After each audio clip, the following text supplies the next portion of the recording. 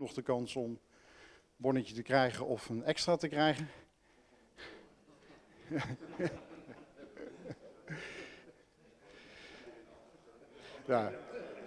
Ja. In ieder geval aan het eind van de sessie zullen we loodjes trekken en maken jullie kans op een Sony harddisk die ter beschikking gesteld is door de firma Sony uiteraard. Alister, up to you. Please tell all the ins and outs and make everybody happy. Thank you. Right, Thanks. Good morning. Thank you for coming. First things first, questions, please ask them whenever you want. So don't wait to the end with your questions. Very often, actually, yesterday was a really good example. We had lots of questions during the presentation, and it actually allows me to steer the presentation in the direction that you guys want to know about. I have thousands of PowerPoint slides on my laptop. Not so many just for today, about 30 PowerPoint slides, and I can just talk about those slides and show you those slides because I think that's information you would like to know, but I might be completely wrong. There might be other things that you would like to know about, so do stop and ask questions whenever you want. Just, oi, excuse me, hand in the air, whatever, and we'll take those questions as we go. And it normally makes the session much more interesting, and I think people learn a lot more that way because we cover things that people want to know about rather than what I want to talk about. So first things first, I don't work for Sony. I'm not a Sony employee. I'm a freelance cameraman. I've been working in broadcast television and also digital cinema now for over 25 years now, and I still go out and shoot on a regular basis, all kinds of different projects, all kinds of different things. I write about what I do, I write about video techniques and things like that on my website, xdcam-user.com, and you'll find lots of information about many of the things that we're going to probably look at and talk about there, so do take a look. Things that I do shoot, so this is some of the things that I shoot, and natural extremes. So hurricanes, tornadoes, volcanoes, northern lights, things like that. And then that footage goes into stock footage libraries and is sold around the world for use in documentaries, by museums, for shows, displays, and in feature films. So this year there was a feature film called Into the Storm released, and in that film there was a lot of my footage in that movie. So one of the things that's very important to me is to have the very best image quality. There's lots of people shoot stock footage. I'm not the only person that does it by any means. So when you're trying to sell that footage, one of the factors that influences whether you sell your footage or somebody else sells their footage is the image quality. Obviously content is always king, having really nice shots. I mean, this is a tornado in the US, and this was has turned out to be a very popular shot because there are some farm buildings in it, but there isn't all the screaming, shouting storm chasers going, "Woo, we're all going to die," and all of that sort of stuff. So if you're doing a natural history program or something like this kind of shot is what people want. Shot in 4K with a Sony F5, 4K RAW. So that's what I do, and that's how I work, and that is still my core business, and it's something I've been building up. It's taken 20 years to build up the library now. Keep going, keep doing it, keep building it, and it's something I pay for myself, so when there's an opportunity to film something new, something interesting, I book the flights, hire cars, rental, everything else. That all comes out of my pockets. And hopefully I'll get some good footage and make that money back. It doesn't always work that way, but most of the time it does. Can I ask a question? Do you sell that then exclusively to one film company if they want to use it for your film? So it depends. There's lots of different ways of licensing footage, and something like this, which is a 4K, nice tripod shot, it's actually the total shot's about 10 minutes long. Footage, this actually hasn't yet been licensed exclusively. So this has been sold multiple times to different broadcasters, mainly being sold into natural history programs right now, that particular clip. But every now and again, you do get somebody will come along with a feature film and they want it exclusive. And I will do that. I will license footage exclusively, but only for a limited period. So they can have exclusivity for maybe 5 years, maybe 10. Normally it's only 5 years, because really I want to keep making money out of the footage. I don't want to lock a clip up for that long. If they do get an exclusive license, it does cost them a lot of money. But the only people that tend to do that is feature films. Yeah. And there's 2 or 3 films over the years where I have done that, those sorts of deals. And yeah, they can be very lucrative. I mean, you can be talking of $15,000, $20,000 for a 20-second clip, something like that. Yeah. But those don't come along very often. No. But every now and again they do, and it's really nice. So I'm represented by various libraries, Getty, people like that, and you'll be sitting at home and the royalty statement will come through the post and you open it up and there's this great big number at the bottom. It's like, oh, wow, we're going on holiday this year. Yeah. So that's not that often, but it's an interesting business to be in. It's very uncertain. You really don't know how it's going to go. 1 month you might get nothing. Next month you might get a big royalty, then nothing. You really can't tell. So this is what we're going to look at today, Sony's FS5. And I have lots of pictures of it, but better still, we have an actual real FS5 camera here. One of only 3 that are in Europe currently. I believe there is about 12 of these cameras worldwide right now. So everyone's been trying to look after it, because this camera is actually being picked up today at 1:30, and it's going down to Switzerland for an event down there. So it's well travelled. So what I'm going to go through is key features, key benefits.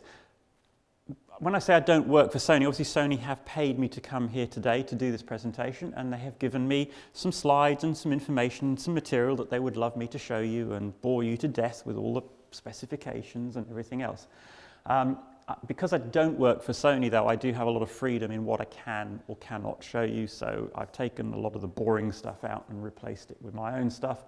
So hopefully this will be interesting, and hopefully actually learn something just about production techniques in general, rather than just about the camera. Have you used the camera? Yes, I've shot a couple of times with it now, at a couple of different occasions. I have used it. I haven't used it massively, because you just can't get the time on the cameras right now, but I have used it a couple of different shoots, a couple of different environments, different situations, and I have a pretty good feel for the camera now as to what it's all about, and where it really does very well and where it doesn't do quite so well. Did you shoot with this lens on it? Or? Yes, with this lens. This is the 18 to 105 kit lens that you can buy with the camera.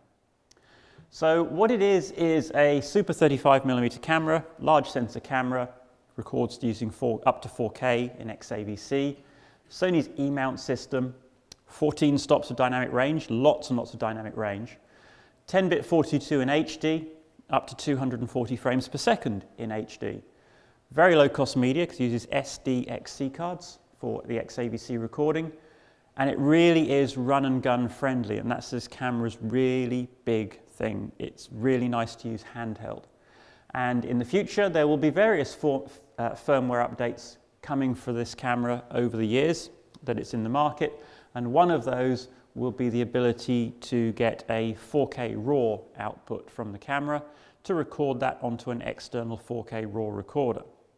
Now, I don't know whether there will be a charge for that or not. If you ask Sony, they give the standard answer, which is we will analyze, which means we know, but we're not going to tell you yet.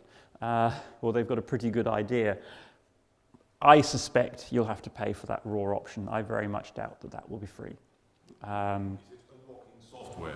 Yes. Yeah. So it's basically already in. Oh yeah. Yes. But that's the same with so many products these days. So many things. That's the way it works these days. Some people don't like it, but these are companies, and they're there to make they're there to make money.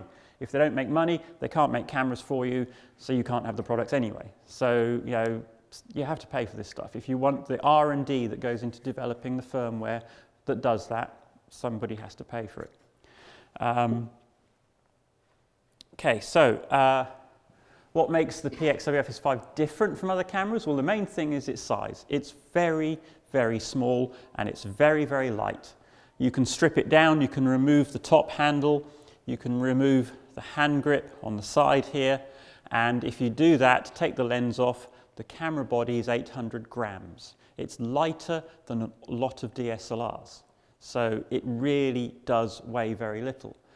It has really good ergonomics for handheld, and I'll look at those a little bit more closely as we go along. Has a variable ND filter, which is a really, really useful function. Don't underestimate how useful that is. Very, very low power. So this camera is using different processing to the FS7, F5 and other cameras. It's using new processors that are much, much lower powered.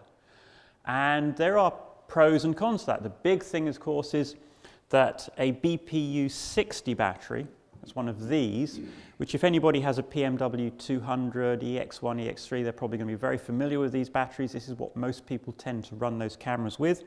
This will run this camera for almost 3 hours continuously. This one's almost 6 hours. The BPU 30, the battery that comes with the camera, which is half this size, runs it for almost 3 hours. And this one's almost 6 hours, for a good 5 hours of typical usage. So 2 of these is all you need for a day's shoot. That has other benefits. If you travel, if you fly, you should know that you can't put these in the hold of an aircraft. In fact, you can't put any lithium-ion batteries, even your little tiny batteries for your small consumer camcorder, not allowed in the hold of the aircraft, and they're really clamping down on that now. A BBC crew was fined last year $20,000 for putting batteries in the hold of a plane. And in fact, the law has just been clarified. A battery on the back of the camera like this cannot go in the hold. It has to be a battery that is physically installed inside the piece of equipment and not removable if it's to go in the hold. So anybody flying with a camera, you've got to take these carry-on, and the fact that you only have to take 2 or 3 of these means that the camera, the batteries, a couple of lenses and everything else will very easily go in your carry-on luggage. It's really small and light, very portable. One question about the ND filter. Yes. Before I forget, did you notice any color shift when you're using the? No. No. No. I'll come on to the ND filter in much more detail later on. So very low power. Run the camera off a couple of these for the whole day. Makes it small, makes the whole package very light. And as well as that, though, it does still have S-Log2 and S-Log3, but because the processor in the camera is lower powered, there are a lot of limitations as to what it can do compared to an FS7, F5 and things like that, and we'll cover those as we go on. What the FS5 is not, and this is very important to understand if you're thinking of buying one, is it's not a digital cinema camera. It is not a shrunk down FS7. There are a lot of things that this camera can't do and will never do. So as an example, I've got a couple here, is there is no Cine EI mode. If you shoot using log, you really, really need to overexpose your footage deliberately to get the best from it. If you just shoot it at the native ISO, it's not ideal. So you need that exposure index system, EI, to really get the best out of shooting with log. This camera doesn't have that. This camera doesn't have lookup tables as we know them in the FS7, F5 and things like that. It has a viewfinder gamma assist, which is a kind of lookup table in the viewfinder, and it's only for the viewfinder, that corrects the gamma. So it corrects the contrast from S-Log to 709, but it doesn't change the color. So the color is washed out. You have the right contrast so you can get your exposure correct, but the contrast is washed out. It's not a nice looking image. It only, I say only, records a quad HD or UHD, that's 3840 by 2160, up to a maximum of 30 frames per second. FS7, F5, all the digital cinema cameras can do the DCI 4K spec, which is 4096 by 2160. Now 3840 by 2160 is the standard for 4K television. So if you're doing stuff for 4K TV, that's absolutely fine. That's all you'll ever need. And in fact, if you are doing stuff for TV, you probably don't want the DCI standard because it's a different aspect ratio. So if you scale it down from DCI to 4K for the TV, you've got to alter your aspect ratio very slightly, which means more processing, more pixel maneuvering, which can lead to a degradation of the image. 3840 by 2160 down to HD, you just 50% scale it and you have HD. So it's very easy to do for HD shooting. So shoot in 4K, deliver in HD. In 4K, because the codec in this camera is XAVC-L. Now XAVC-L is part of the XAVC family of codecs, and there are currently 3 main versions of XAVC. Starting at the bottom, you have XAVC-S, and this is what you find in the consumer cameras, so A7S, A7R. Those consumer cameras, they have XAVC-S, which is 420 and 8-bit in all modes. It's also compressed twice as much as the professional codecs, so much more compression with XAVC-S. Having said that, it's a really good, for a consumer codec, XAVC-S is really, really good. I mean, it's much better than most typical consumer codecs. Then we move up to the codec that's in this camera, which is XAVC-L. So XAVC-L, the L stands for long GOP. It's a long GOP codec. So like MPEG-2 is a long GOP codec. With long GOP, you record 1 frame and it's fully encoded, and then for the next 12 frames, you just record the differences. So if you were shooting a shot with a bus going through the shot, the background and everything else in that shot doesn't really change. So the first frame records everything, but for the subsequent frames, the only thing that's really recorded would be the bus, going through the actual bus itself, because the background doesn't really change. And the benefit of that is it's incredibly efficient. It's very, very efficient. You can get very high quality images with a very low bit rate. The big downside to that, though, is the amount of processing power that's required in post-production to reconstruct all of those frames. And in practice, what that means is that in 4K, on a computer like this is the latest, not quite the latest, this is 1 generation old MacBook Retina, and this is the one that has the extra graphics processor in it, the upgraded graphics processor. I can just about edit 1 stream of 4K XAVC-L in real time. Now XAVC-I, which the FS7, F5 and the other cameras have, that is an iframe codec where every frame is fully encoded. That is much, much easier to decode because you haven't got to reconstruct anything, you've just got to decode it. On this computer, I can have 3 streams of XAVC-I in the same resolution in real time. So you are going to need a really good computer to work with 4K XAVC-L. Don't underestimate what you're going to need. Yes? And what about the XAVC-S, for example, in the FS? XAVC-S on the A7S also requires a really good computer. It's hard work.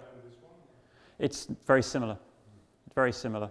XAVC-S is a little bit easier because the bit rate's a little bit lower, there's a little bit less data to manage, so it is a little bit easier, but only a tiny bit. XAVC-S requires a lot of processing power in 4K. It really does. In HD, it's not a problem. You've got a quarter of the data to deal with, much smaller frame size and everything else. In HD, you still need a reasonable computer, but you don't need the sort of the very latest state of the art. Yeah? The X70. Yes. What does it use? XAVC-L.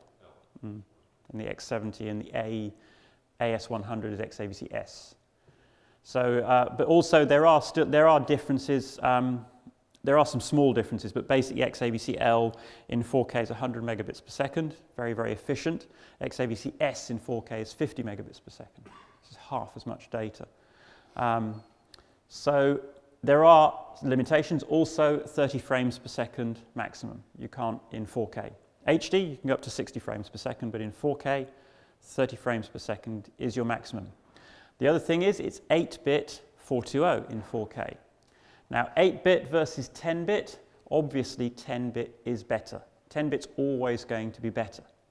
8-bit though, we have been shooting television for 40 odd years with the equivalent of 8-bit, and certainly in the digital world, 8-bit's the norm still for television production. So XD Cam, H.264, those are all 8-bit codecs. And 8-bit, if you shoot it right, expose it right, looks fantastic. No problem at all. Now, a lot of people will tell you, oh, 8-bit's rubbish, you get banding in an 8-bit image. Well, that isn't true. What you're seeing there are compression artifacts. And the reason that whole argument about 8-bit being full of banding comes about is because, generally speaking, 8-bit codecs are older technology or consumer codecs. 10-bit codecs will always be a professional codec. There are no consumer 10-bit codecs currently that are in sort of mainstream use. So if you do something with 10-bit, it's going to be high-quality professional codec. We do it in 8-bit, it's a lower quality, often a consumer-based codec. And it's the compression artifacts in those lower quality codecs that produce the banding in the image, not the fact that the recording is 8-bit. Now, XAVC-L is a professional codec, and it does record 8-bit very, very well with minimum artifacts. There are still artifacts, it's not artifact-free, it's compressing the image. So you won't get huge amounts of banding if you expose it right, if you handle the material correctly. It will be fine, and you can grade it. But you can't grade it as much as you can grade 10-bit. And if we have time as the session goes on, one of the things we'll look at is when you're using S-Log in particular. S-Log2, S-Log3, 8-bit is far from ideal. You can do it. You can use S-Log successfully with an 8-bit, but it's hard, and you've got to get it perfect. If you don't get it just right, it's not going to work.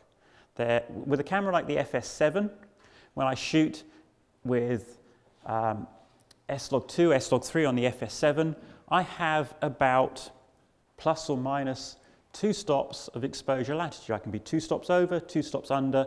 I will get an acceptable, not necessarily the best image, but I'll get an image I can use. This camera, if you don't nail your exposure spot on, forget it. It's game over. Your footage will be unusable with S-Log because it's only 8-bit. There's just not enough data to have any room for error, and that needs to be understood. 420 versus 422, so in 4K, the camera is 420. It's not, yes? That only goes in the S-Log situation. On normal use. Okay, so yes, it's mainly a problem with S-Log. If you're shooting in 4K with this camera, it's 8-bit, 420, so you will have less grading room even with conventional gammas as well, but it's not nearly such a big problem. In HD, the camera is 10-bit 422. So in HD, your S-Log will work very well in HD. Your S-Log will work very nicely, but just in 4K you have this limitation. 420 versus 422, that is actually not that big a deal, because you have to consider that this camera, like all of the large sensor cameras, uses a Bayer sensor. Bayer sensors don't sample color at 422 in effect. So a Bayer sensor is actually more like 411, what comes off that sensor at 4K.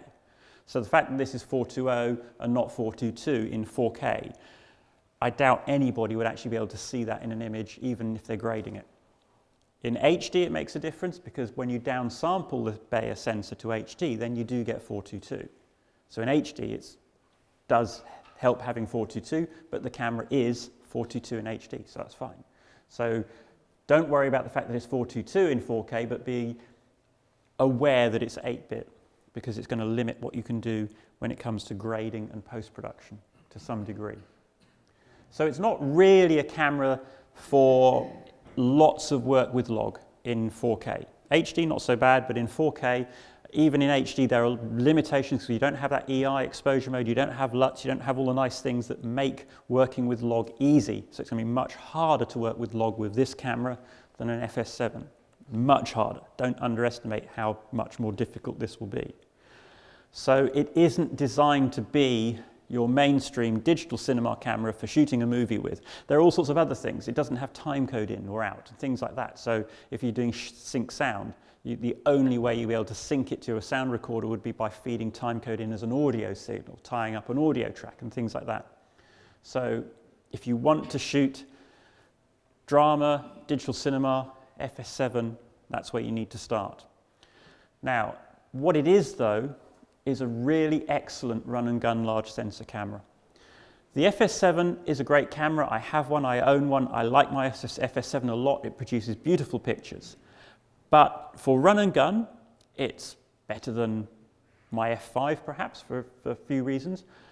but it's a shoulder mount camera. This camera, you can't hold it here for too long. It's heavy, very heavy for doing that, and the ergonomics aren't really right to hand hold it. It wants to be on your shoulder. It wants to be up here, to be a shoulder camera. That's what it is. That's what it's really designed for. The FS5 on the other hand, loves being held just here in your hand. And the ergonomics have been set out to make it that it does that very well. So if we just look at the ergonomics for a moment, if I just slip this off here. So this isn't the Sony viewfinder mounting system. This is one from Vocas. But if I hold this in my hand, first thing to note, if I just take one finger and put it under here, under the middle of the camera, it's not tipping forwards, it's not tipping backwards. The point of balance of this camera with this lens and a BPU60 battery is right through the middle of the hand grip. So that means that when you hold it like this, it's not trying to do that, it's not trying to do that, you're not fighting the camera. It is trying to do that, so we put another hand under here. So if you've got a hand under here operating the camera, I can move my focus wheel, my fingers here, zoom here, exposure control here, and then with my thumb I have one push auto for my aperture just here and one push auto for my focus here. It's really easy to use. I haven't got to keep moving this hand around to do different things. It's all where you want it.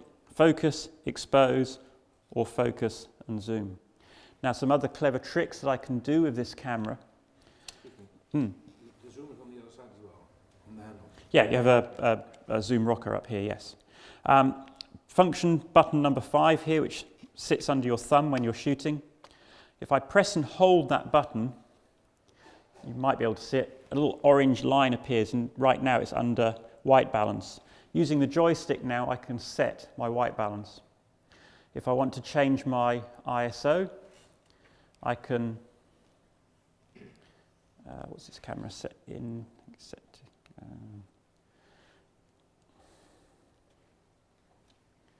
okay. Press number 5. I can change my ISO, I can change my aperture, and are we in auto? If I go to manual focus, if I'm in manual focus, I can actually change my focus distance with the joystick. So you can actually focus, expose, control the camera with your thumb on this joystick. And that's a very nice thing to do. Being able to push your focus forwards and back with the joystick is really nice. And ND filter as well.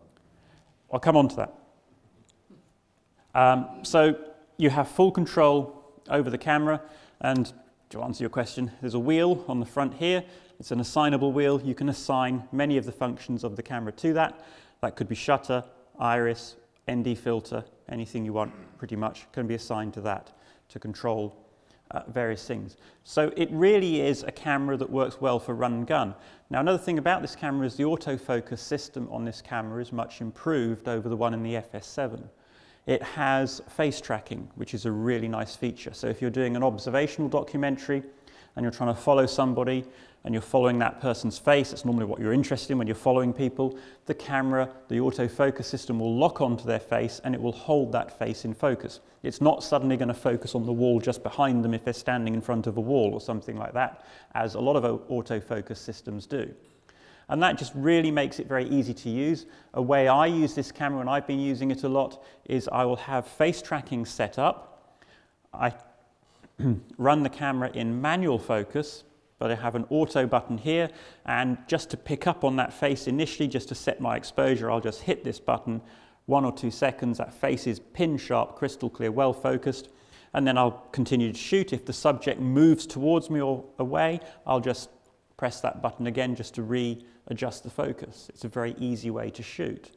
When you're shooting in 4K, I mean, this camera has lots of tools to help you with focus. You have focus magnification, so we can zoom in on the image.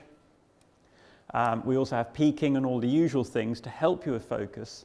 But when you're shooting in 4K, even with focus mag and all those things, when you've only got a screen this big, trying to get accurate focus in 4K is really hard, manually, for anybody.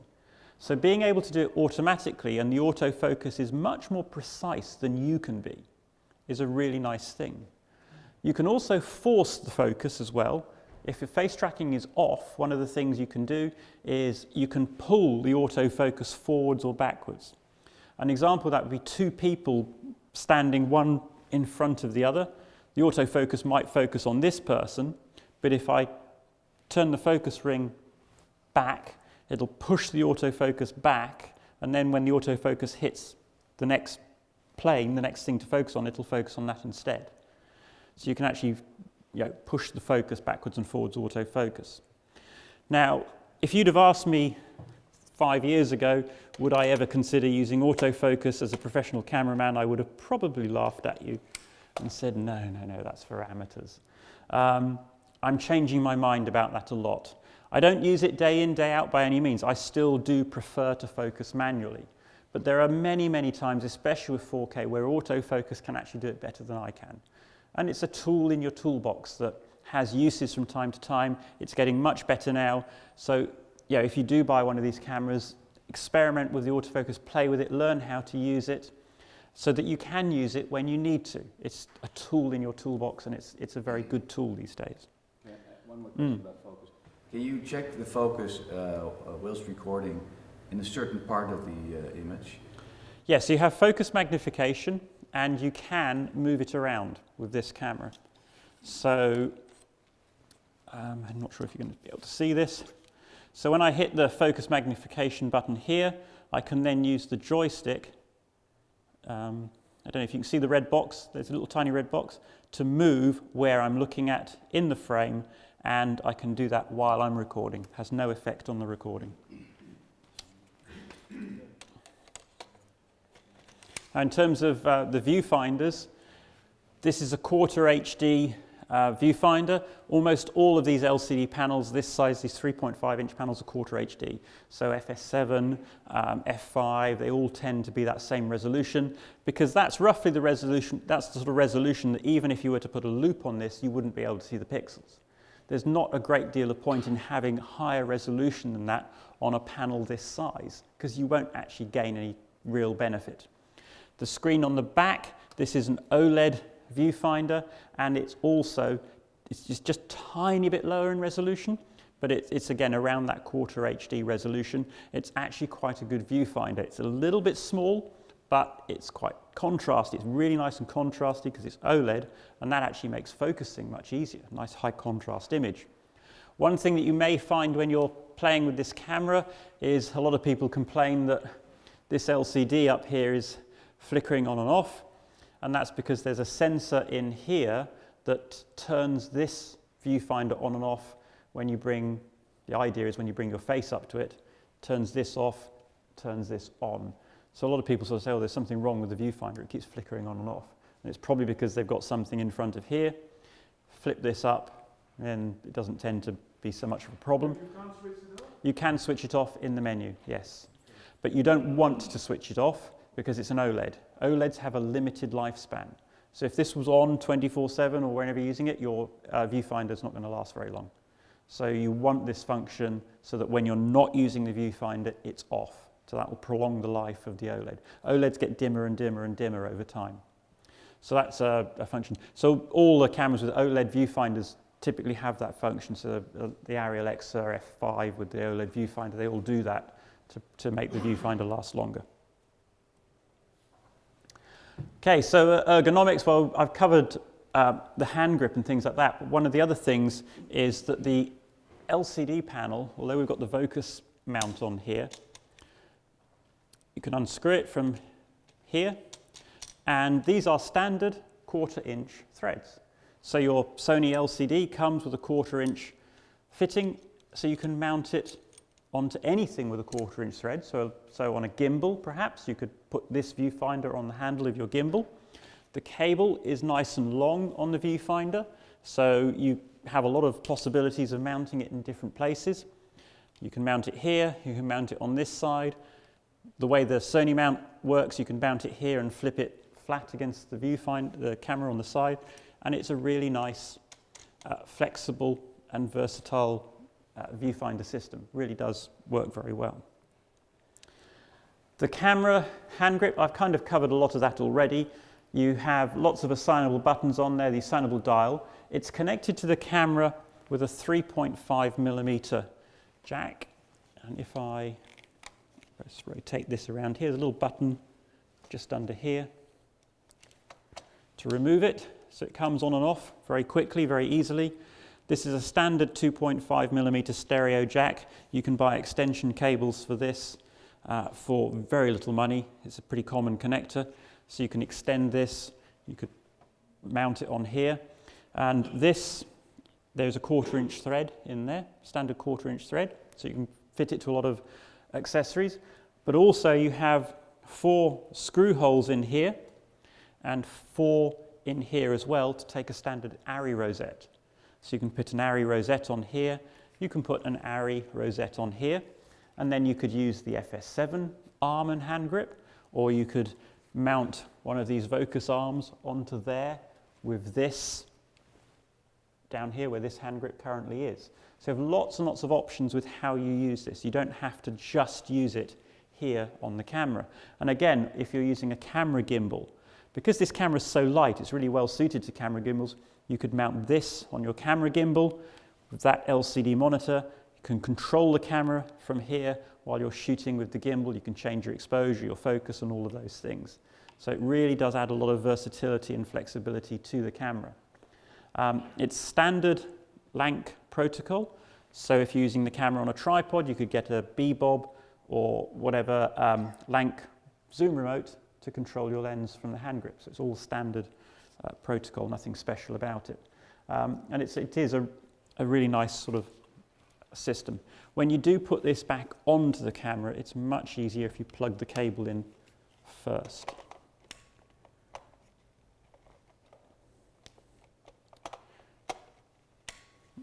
And then it's on,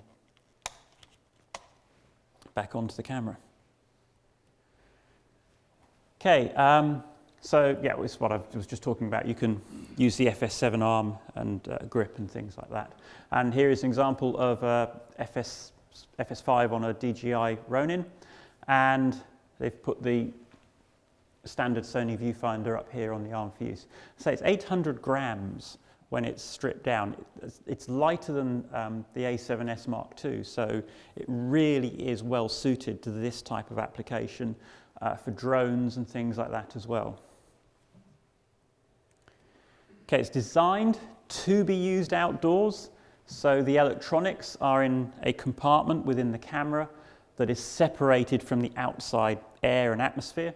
So all your electronics are in these sealed compartments. They have fins on them, and then air is passed over the fins that cools the camera. All these cameras, they tend to need cooling so that the sensor doesn't get hot, because that reduces your noise, keeping the sensor cool, and also keeps the electronics cool so you can record continuously. There's no limitations as you get with a lot of DSLRs where you can't record for more than 20 minutes and things like that. But this is all sealed. It's not waterproof, but it's designed to withstand the rigors of ordinary, everyday shooting as cameramen. I mean, I'm sure we've all been there. We've been outside filming and it started to rain. And you don't have time. You need to get the shot. You haven't got a time to put a cover on it and things like that. So it gets wet. The camera is designed to work in those types of environments and that sort of situation. If it's absolutely pouring down with rain, you want to put a rain cover on it. But you know, for the odd splash from a car or something like that, it should be absolutely fine. Okay, lens options. So we have Sony's E-mount on this camera, and that means we can put a pretty big range of lenses on it. In fact, just about anything. I have yet to find a lens that you can't put on an E-mount camera.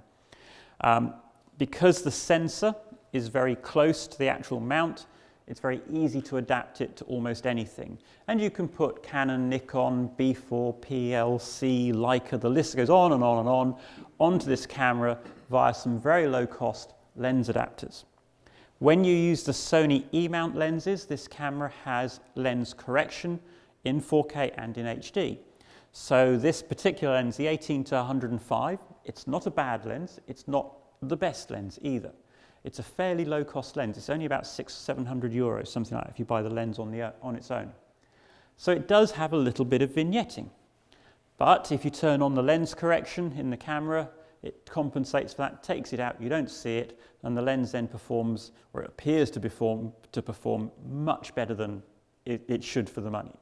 So it's a really nice feature. It helps reduce chromatic aberration, distortion, barrel distortion, vignetting, all of those things. It's a really nice feature to have with the Sony E-mount lenses. Is it standard to turn itself standard on, or do you have to turn it on? You have to turn it on. It's off by default in the menu, so you do have to go into the menu and turn it on. Adapters for various other lenses. I use a lot of Canon lenses. I've got lots and lots of Canon lenses, so I use the Metabones or Comlight Canon EF adapters. The Comlight adapter, it's ridiculously cheap. It's like 60 euros, something like that. Metabones are a bit more expensive, but they have lots and lots of options to put different lenses on. Now, one of the issues with Canon lenses in particular is that Canon lenses, the aperture operates in 1/4 or 1/8 of a stop steps. It's not smooth, and that's just the way Canon lenses work. It's not a thing with Sony cameras. If you put a Canon lens on a Canon camera, the aperture works in steps. So if you are using a Canon lens on here and you make an exposure change by changing the aperture, you'll see it in your footage. You'll actually see the footage go dunk, dunk, dunk, dunk, step, step, step, up and down in brightness. Same if you've got a Canon C300, does the same thing. It's the nature of Canon lenses. Now, one of the great things about this camera, and I know some of you have been dying to know more about it, is the variable ND filter. That gets around that problem. So we can put our Canon lens via an adapter on here, set the exposure, get it right. Then if we need to make an exposure change during the shot, instead of changing the aperture, you just change the ND. And it's completely smooth. You will not see that change. So it gets around that Canon stepping aperture problem. And there's lots of things we can do with this variable ND filter. It's a really nice function. So most video cameras now, most professional cameras have ND filters between the lens and the sensor. And that's a really valuable feature on the camera because these large sensor cameras in particular are very, very sensitive. This one in S-Log is 3200 ISO, and in standard gammas it's 1000 ISO. So you go outside on even a day like today, it was quite bright out there today, you are going to need ND to get a decent image. So if you don't have a filter between the lens and the sensor, you're going to have a matte box or a filter tray and ND filters in that, and then you're going to have a little bag of your different ND filters for different brightness, and they get dusty or scratched. You get reflections between the ND and the lens and all sorts of things when the ND is in front of the lens. When it's behind the lens, there's no reflections. They're protected, they don't get dusty, they don't get dirty. It's far, far easier. So it's a really good value added thing to have. Now, like most cameras, we have a filter wheel, and this has 4 positions, clear, and then 3 levels of ND. Now, if anybody's played with this camera, I'm just going to move my microphone here. At the moment, this is in clear. When I go to ND, you hear that? The ND filter system in clear, there is nothing between the lens and the sensor except the optical low-pass filter. So that's part of the reason why this camera is more sensitive than the FS7, even though it's the same sensor.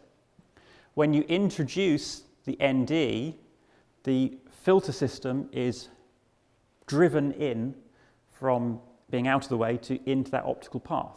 So the whole filter system is motorized and it's pulled into place. But there's only actually one filter. And the filter is a new type of LCD technology, and it's a crystal, and when you apply a voltage to it, it gets darker. Now, unlike LCD that you have in your LCD TV, your watch, or various other things, it doesn't polarize the light.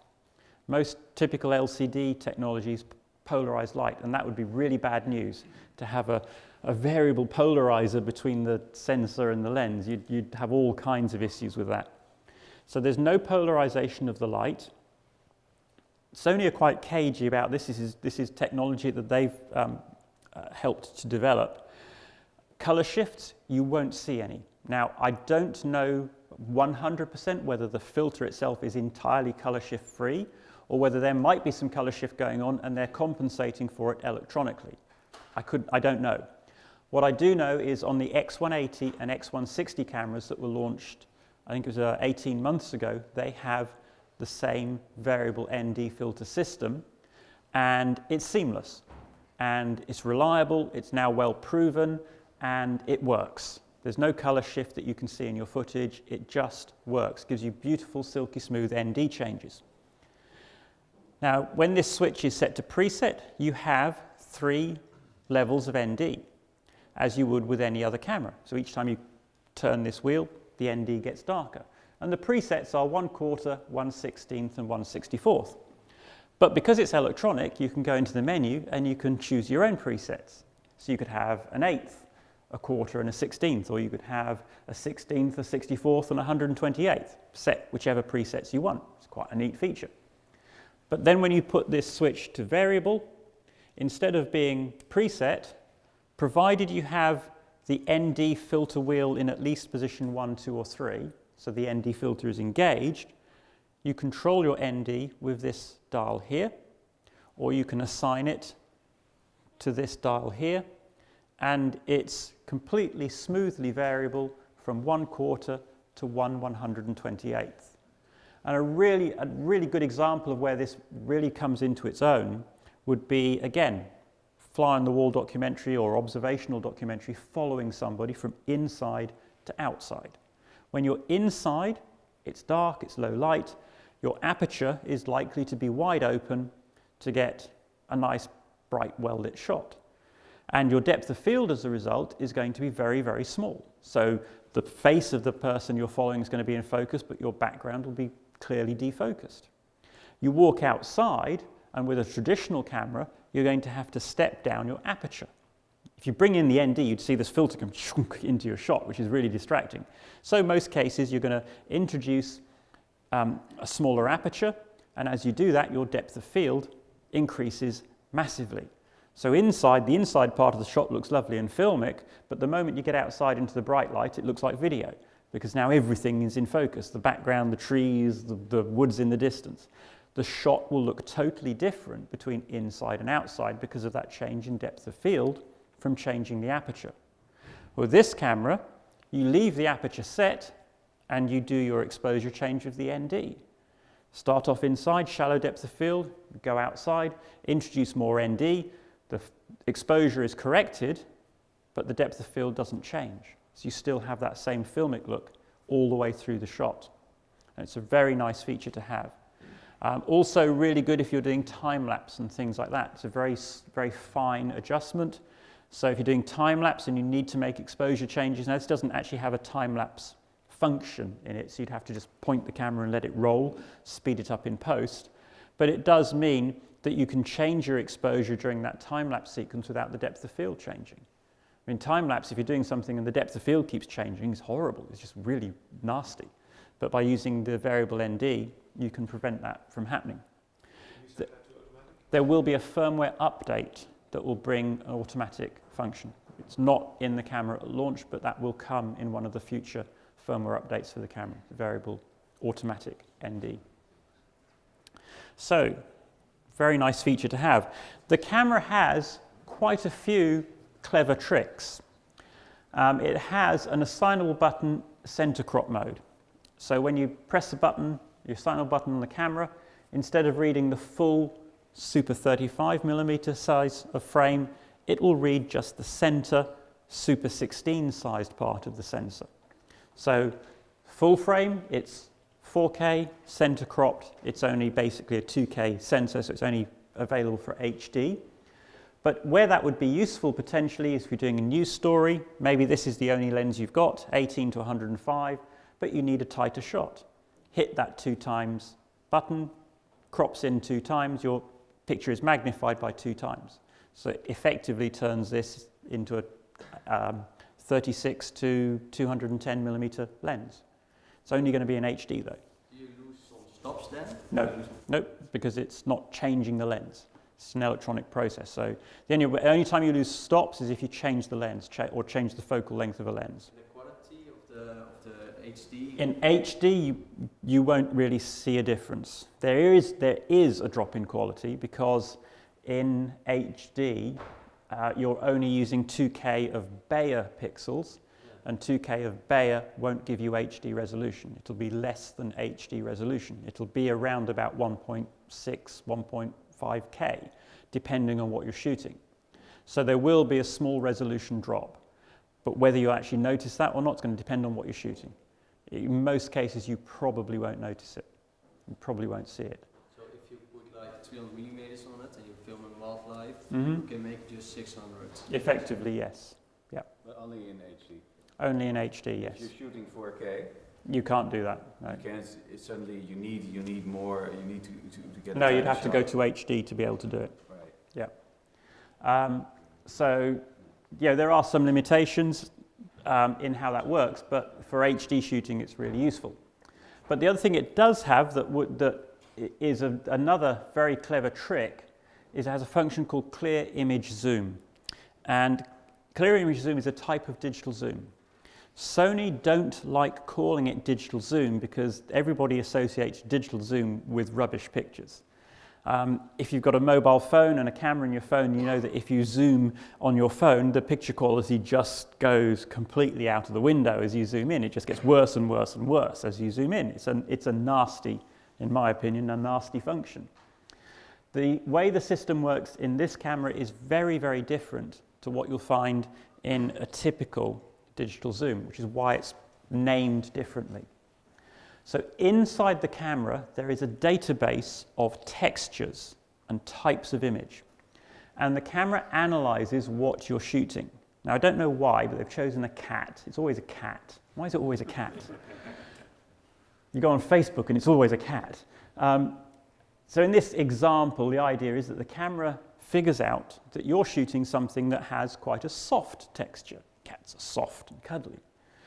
And when it processes the image and enlarges it, it will apply the amount of processing appropriate to what you're shooting based on the internal database. So if you were shooting rocks or stones, it would perhaps add a little bit of sharpening to make it look like rock and stone and hard. Whereas a soft thing like this, it won't add any sharpening, it'll keep it nice and soft. So as you zoom in and out with the clear image zoom function, it's virtually transparent. I would challenge anybody to actually to realize it's operating if you don't tell them. If you were to use it, show somebody the shot, they wouldn't comment on it. They wouldn't be aware that it was going on. If you analyze the shot on a pixel by pixel basis and you were able to compare a very high quality optical zoom with the same equivalent magnification, yes, you could probably find a difference. But it's minimal. It's really, really minimal. This is very, very usable. And the really neat thing about it is actually you can use it with any lens, not just Sony lenses. So what happens is as you zoom in, when the zoom rocker detects that the lens attached, if you're using a Sony lens, has got to the end of its zoom range, then the digital takes over, or the clear image zoom takes over. If you're putting a non-Sony lens on here, the zoom rocker only does the clear image zoom. So what it means actually is you could put a 50mm prime on here and it becomes a 50 to 100mm short zoom. Actually a really neat feature. So it's really quite clever. So in HD, it's a 2 times zoom. In 4K, it's a 1.5 times. You can still use this in 4K to give you a little bit longer focal length on your lenses.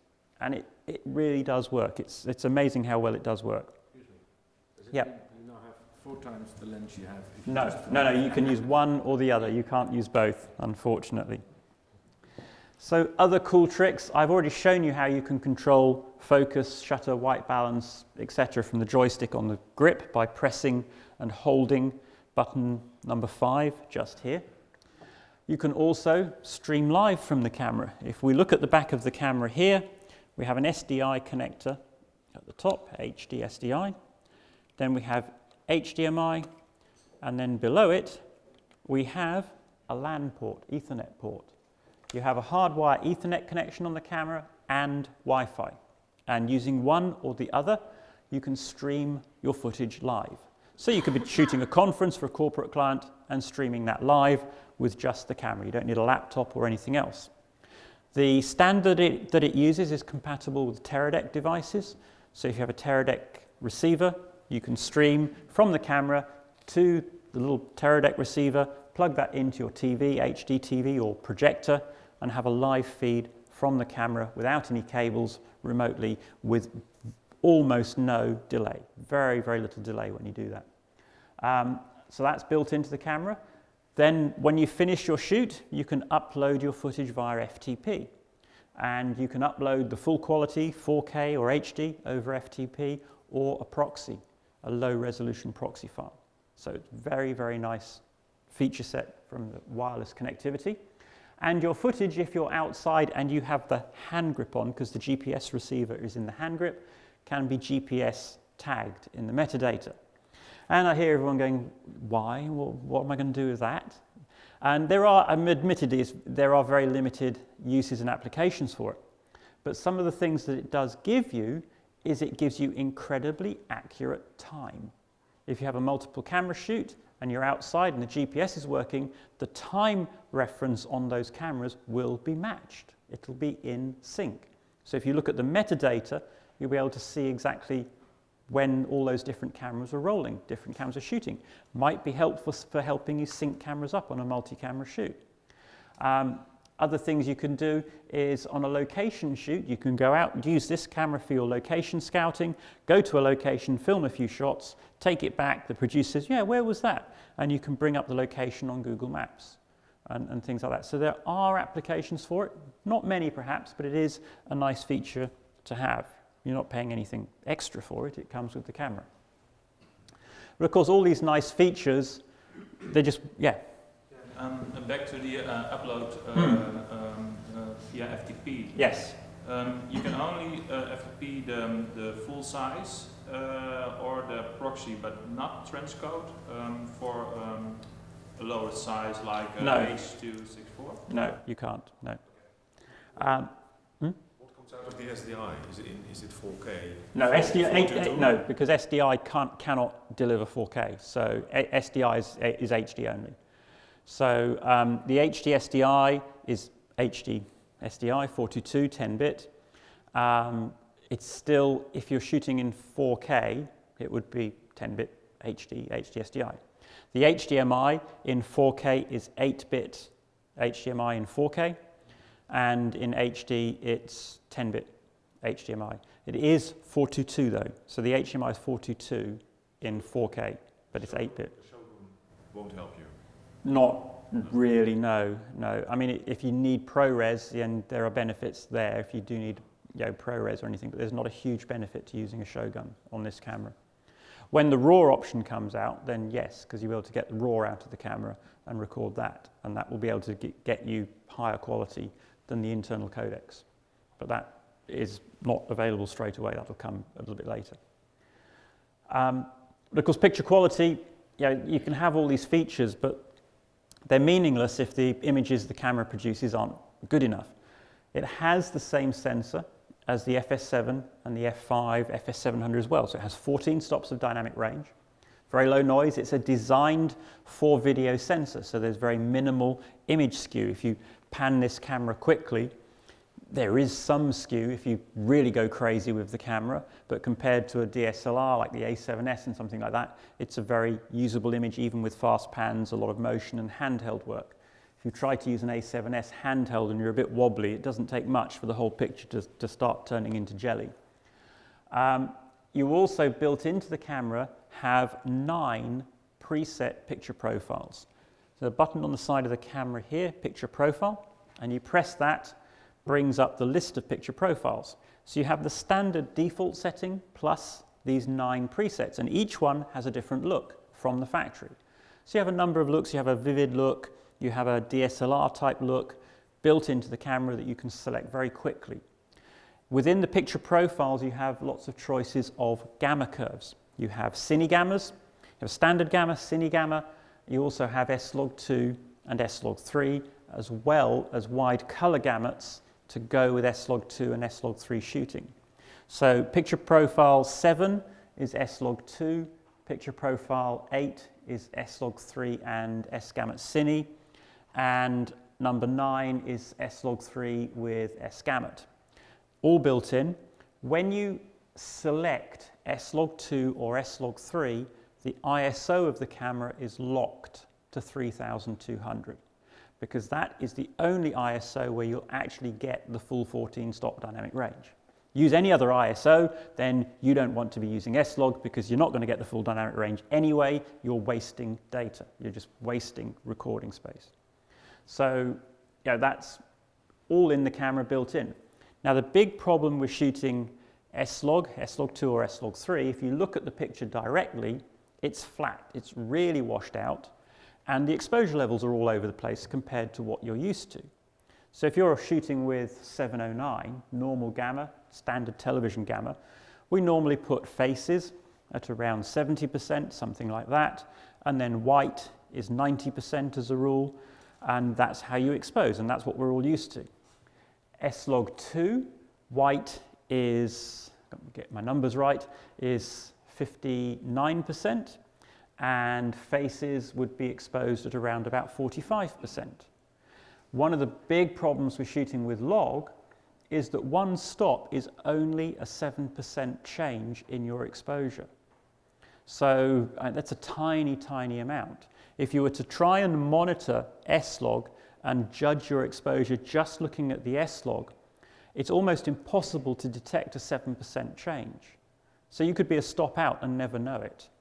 You could quite easily be 2 stops out and actually not realize it, because you can't tell. The picture is so flat, it has no contrast. So you go up and down in exposure and it doesn't really change by much. So when you're shooting with S-Log, trying to view the S-Log, it's really, really easy to have completely the wrong exposure. So what you have with this camera is a viewfinder LUT for S-Log that converts from the S-Log2 or S-Log3 gamma to 709 gamma, so that the contrast is correct in the viewfinder, and one stop is around about 15%, 16% as you would normally have. And because that contrast is much greater, you're going to see those changes in your exposure if you're under or overexposed. But it's only for the viewfinder, and it's only changing the contrast. Doesn't change the colors, so the colors are still washed out. But it does mean that you can get your exposure right, or at least get your exposure to the Sony recommended level. But the problem with S-Log, S-Log2, S-Log3 is that actually it works much, much better if you deliberately overexpose it. One of the things you have to consider when you start shooting with a big dynamic range camera like this, 14 stops, is you need to completely change the way you think. Traditional video camera, as a TV cameraman, I'm quite sure you've all come across the term protect your highlights. Have we all heard that term? We've probably had it drummed into us for our entire careers as television cameramen that you do not overexpose a video camera, because if you overexpose a video camera, it looks like rubbish. And there's nothing that the colorist or the grader can do to get it back, because once it's gone, it's gone. And that is true of the vast majority of conventional video cameras. You do not want to overexpose them. But this, in the S-Log mode, is not a conventional video camera anymore. This is now shooting with a 14-stop dynamic range. The dynamic range of the sensor is approaching what we can see with our eyes. And that gives us a couple of different problems. One is per stop of exposure, we don't have much data. When you're shooting, you have your codec, in this case XAVC-L. So your codec is a bucket, and you put your data into that bucket, and it's saved in that bucket. You take your bucket into post-production, and you pull it back out of the bucket, and you manipulate it, and you grade it. But that recording bucket is the same size whether I'm recording with S-Log or whether I'm recording with Rec 709. Doesn't get any bigger. And the problem that I've got, I'm just going to skip a couple of slides forwards, is with 709, I've only got, with standard 709, it's only 6 stops of dynamic range. I'm not actually recording a great deal of picture information. So that bucket, loads of data, only has 6 stops of picture information in there with 709. When I go to slog2 or slog3, I'm now putting 14 stops into that same sized recording space. Now the only way you're going to get more into that same size bucket is by squashing it in and squeezing it in. And we all know that when you do stuff like that, normally I'd like to have a little prop at this point. Have we got a piece of paper anywhere? Anyone got a sheet of paper? Ordinary, yeah, that'll do. Just as long as you don't want it back. It's just the paper I need, that's it. So, if this is my S-log, and I want to squeeze it into this bucket, well, what do I do with it? Well, I compress it. So that is now my compressed S-log that fits in my 709 recording bucket. And then we go into post-production and we uncompress it. So we uncompress it, and there's my picture that I recorded before. But it's full of artifacts now. It's no longer it's not quite the same as when I started. It's got all these creases. They are artifacts because I compressed it. And those are really going to hurt you when you try to grade it. Because when you grade it, when you magnify this, so if I was to take this piece of paper and make it this big now, you're really going to see those creases. So one of the problems we have with S-log is because our recording bucket doesn't get any bigger, we're introducing more artifacts relative to the picture that we're recording into our recorded information. And that one of the key artifacts that we're introducing actually is compression noise. And when we try and expand that image out in post, the compression noise becomes a problem because you start to see it. Now, the best way to get around compression noise is to overexpose the image. Because if you overexpose, when you go into post-production, the colorist is going to be taking the levels down. When you take the levels down, instead of that noise getting bigger, it becomes smaller, goes away. So what you want to do when you're shooting with log is to always expose brightly, as bright as you can get away with, so that when you go into post-production, the levels are taken down, the noise goes down, the colorist can grade your material, he can work with it. Is that a kind of Dolby system then? No. It's just signal to noise ratio. It's just expose bright, you have less noise relative to the picture. Applies to everything. I mean, even with 709, if you can get away with it, you want to expose nice and bright. If you underexpose 709, it's noisy as hell because you take it into post-production to restore the levels and you bring everything up and the noise comes up. And S-log is the same in that respect. But because S-log has very little data in every stop, it's a bigger problem. So 709, I'm just going to go into a different presentation. So I've got a different slide. So one question, when you don't use S-log, the dynamic range is only 6 stops? Well, the dynamic range of the gamma curve of 709 is 6 stops.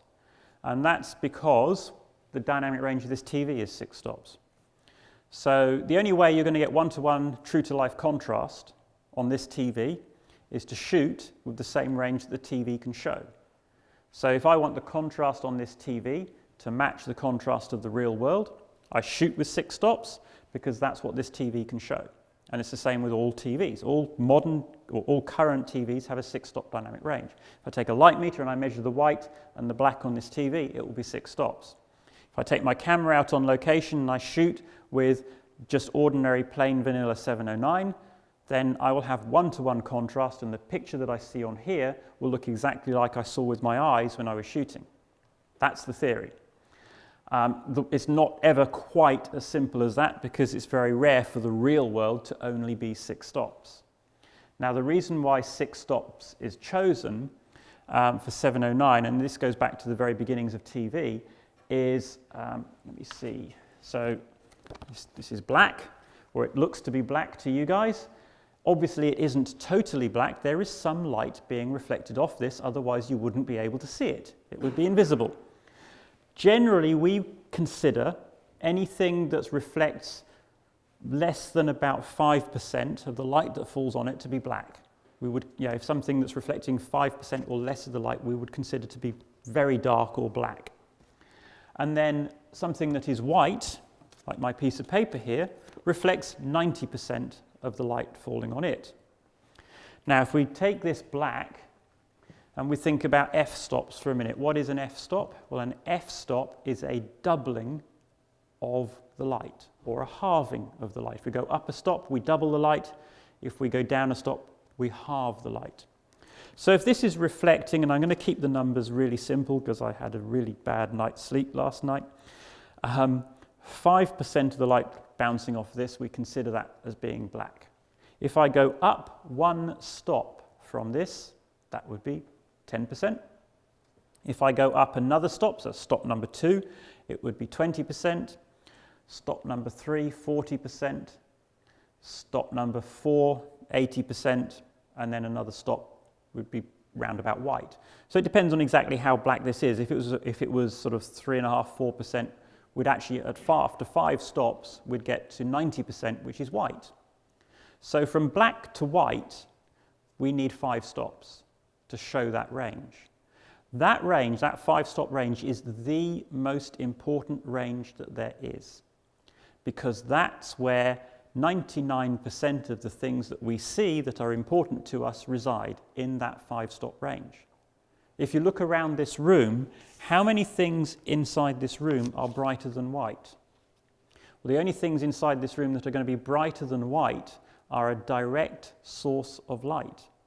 Because anything that's brighter than this is a real source of light. This is the brightest shade that we have. Anything else is a source of light. It's either a reflection, which is light being bounced back, or a direct light source. So plants, trees, faces, skin tones, almost everything is darker than this. So almost everything falls in that 5-stop range. That is our most important range. If you add another stop onto that, you can represent highlights and things that are brighter than white. So that's why 6 stops was chosen for television, because that's the minimum you can get away with and show a representation of the real world. Some things to consider. When you go to the cinema and you watch a film, what are you watching? What are you looking at? A screen. What is that screen? A white screen. What's going to be the range of the light coming back off that white screen? 5 stops. Can't be any more than that, because it's a white screen. Now, there is more than that, because you have what's called retroreflective screens that do reflect a bit of the light. Typical cinema screen, 6 stops. Same as TV. We live in video and film production in this world of 6-stop display technology. So 709, 6 stops. Now, the real world.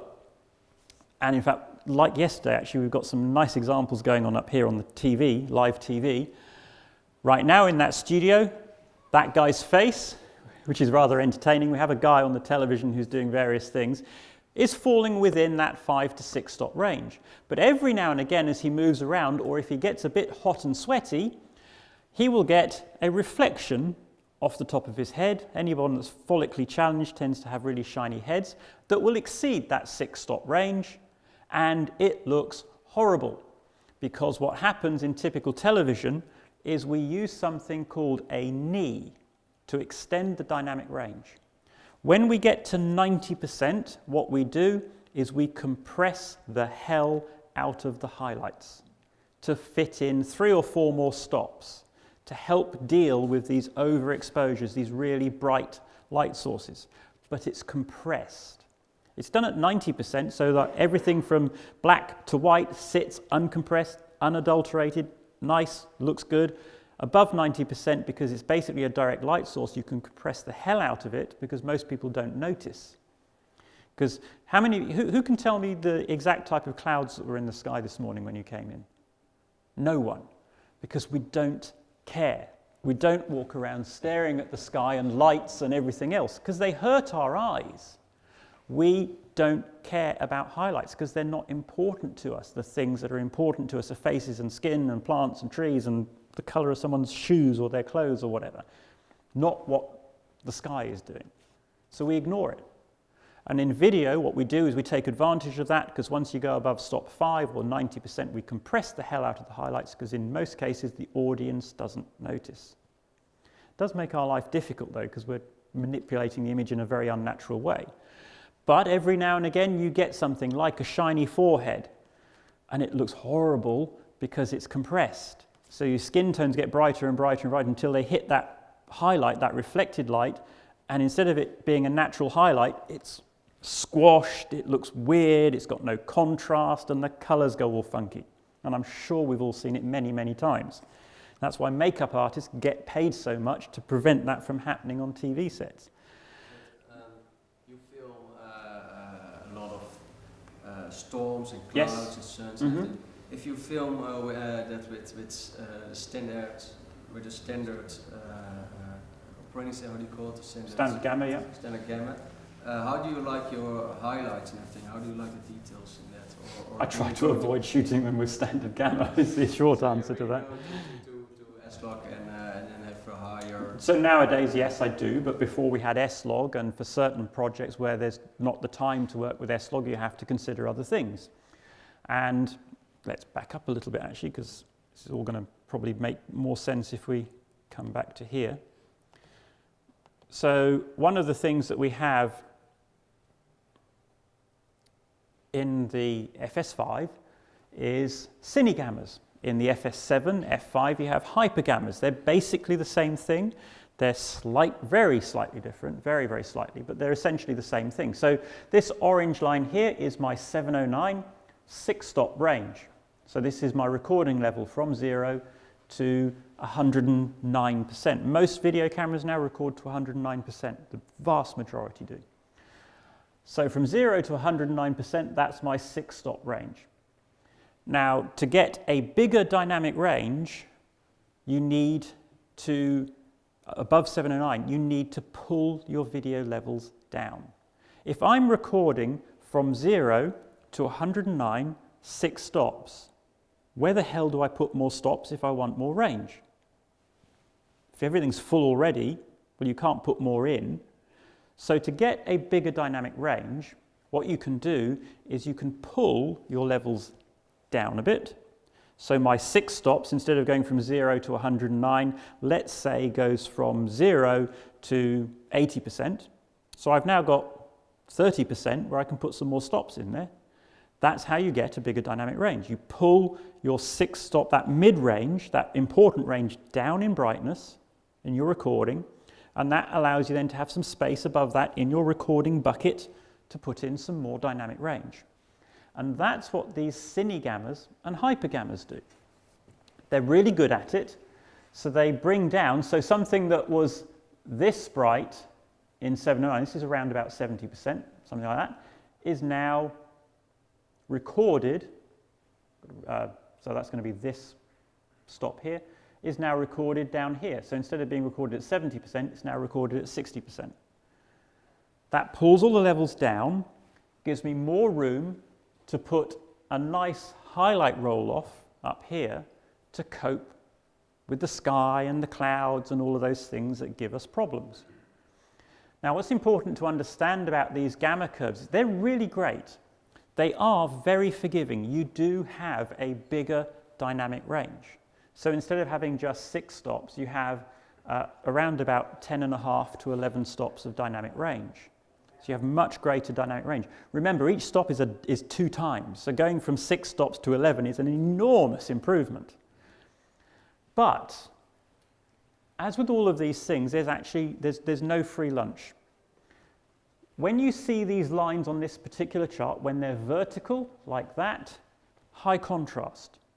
When they're flat, horizontal like that, low contrast.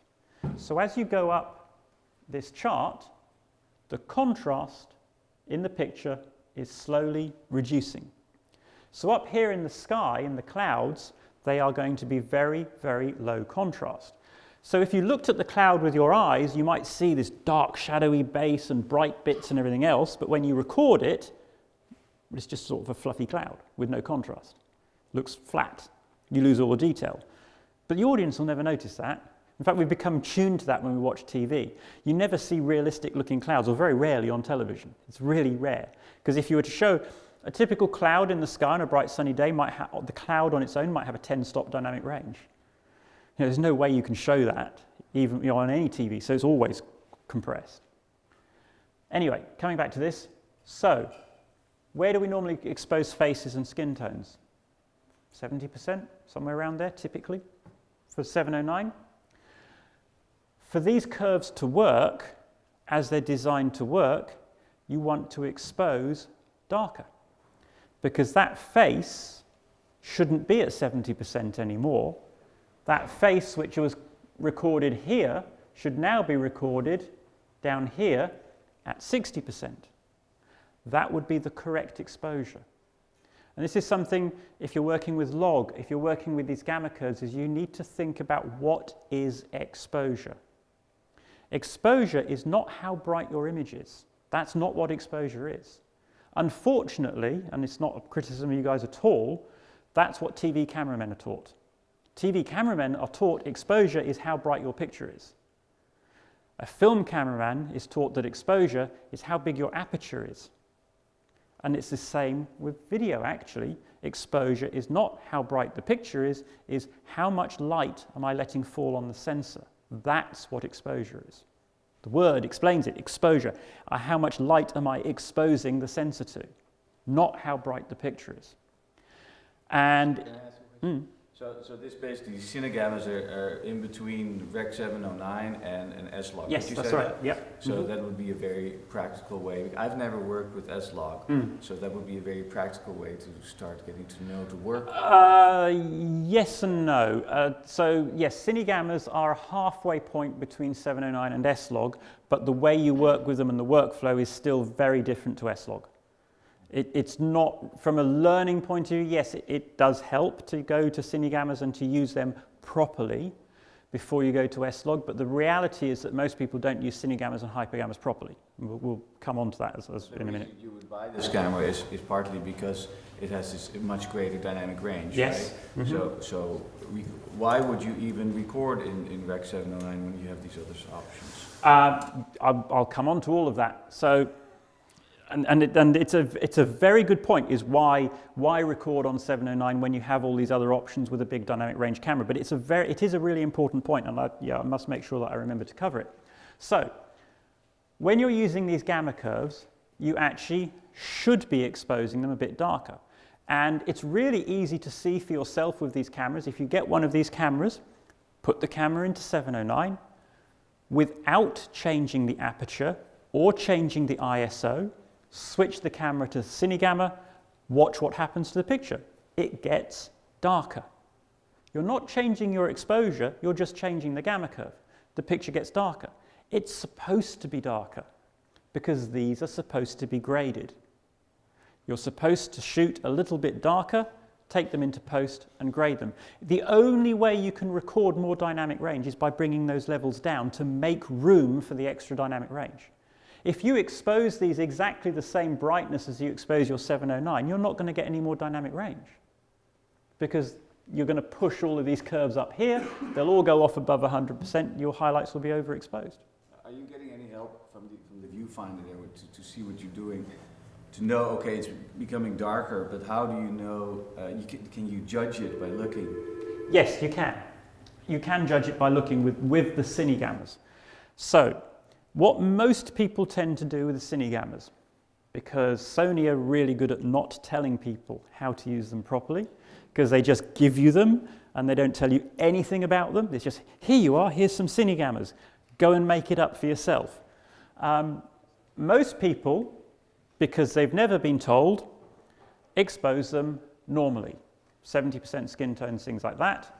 And to be honest, the picture isn't going to look wrong. The picture will look okay. Won't look wrong. It will be a perfectly usable picture in most cases.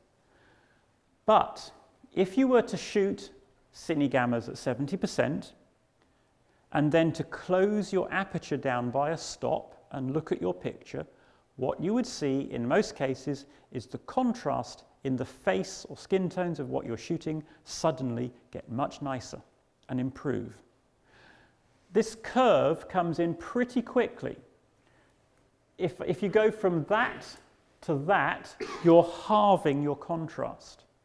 And it's actually about a one-stop difference between being correctly exposed and overexposed with these. If you expose at 70%, you're a stop over. You bring it down, you're coming down a stop, you will get twice as much contrast in that face. And this is the problem. When you shoot with Cinegammas, you expose it at 70%, it doesn't look wrong. It doesn't look overexposed. It doesn't look nasty. It doesn't look bad. But when you bring it back down that one stop, it's suddenly like, oh, that looks so much better. And that's the thing. And most people don't look that closely at their images, perhaps, when they're shooting. So what I tend to do when I'm using the Cinegammas is I will frame my shot, I expose it, open the aperture up, and then I'll just close and open the aperture a little bit and roll either side of where I think the exposure should be, look at the picture, and choose the bit where I think it looks best. And very often that is bringing it down a little bit, so it's a little bit darker. And then in post-production, you take that footage, that little bit, tiny bit dark, picture in post-production, and just give it a little lift to bring the mid-range up. So you judge it, really you judge it by looking at the Judge it by eye, yeah. You'll see it. You'll see that contrast come and go as you over and underexpose. It's very clear. You just see it coming and going. Yeah, you'll see it quite easily. Because it's just all you're looking for is this little this contrast change, and you just see the face washes out. It's not washes out isn't quite the right word, but it just gets flatter. And if you really overexpose it, it'll become very, very flat before it actually clips or anything nasty. So they're designed to be shot about a stop darker than normal gamma, just a little bit down. Yeah. Can you tell something about the difference between the Cinegammas? Yeah, so what this curve tells you is obviously one of the key differences. So Cinegamma number 2 only goes to 100%. The others go to 109. So if you're doing something that's broadcast safe, that needs to be broadcast safe, that's going to go directly to air for broadcast, you should always use Cinegamma number 2, because Cinegammas 1, 3, and 4 can produce illegal levels for broadcast. Now, if you're going to grade, that shouldn't be an issue because you'll take your stuff into post, and in post-production you can make sure that your levels aren't illegal. And you should be doing that anyway if you're doing stuff for broadcast. Some software used to have problems, FCP 7 and older versions of Premiere actually have problems where they actually cut off above 100%. I know a lot of people in the early days with these would shoot in Cinegammas and Hypergammas, they take it into FCP 7 or earlier versions of Premiere, and they're like, oh, I didn't think I was that overexposed when I was shooting, because it's actually clipping the top 9% off. And it looked fine when they shot it, and in fact the footage is fine, but because the software is clipping that top bit off, it looks overexposed. So that's something just to be aware of. If you are convinced that when you shot it, it was fine, and if I play it back in the camera, it looks fine, but in Premiere or in FCP 7, it looks a bit overexposed, it's probably the software doing that. FCPX doesn't do it, and the latest versions of Premiere CC on the whole don't do it. There's a few plugins and a few filters that still do it. So you just need to be aware of that. So what this diagram tells you is when the curve is lower, the picture will be darker. So when do you want a darker picture? What does having a darker mid-range help you with? Highlights. If your picture overall for the same aperture is darker, you will have more highlight range. So when you see a lower curve, so the red one here, which is Cine 1, that's going to handle highlights a little bit better than, say, Cine 4.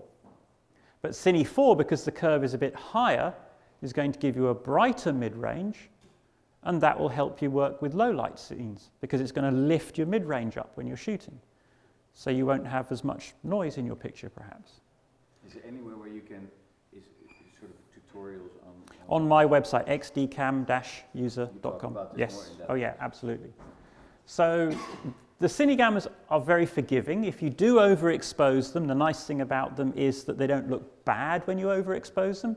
They very gradually overexpose, so it's not a terrible thing if you do overexpose. And that does mean you it gives you some leeway with your exposure. If the sun suddenly comes out during your shot, it's not suddenly going to go all nasty and horrible. So they are quite forgiving, but you just need to be aware that you need to think a little bit differently and use them a little bit differently when you're shooting with them. A simple example would be 709. If you're using zebras, you set zebras to 70%. If you're using Cinegammas, set your zebras to 60% to get the best result. But it's going to need a little tweak in post-production, just a tiny little tweak, just to maybe bring those mids up a little bit.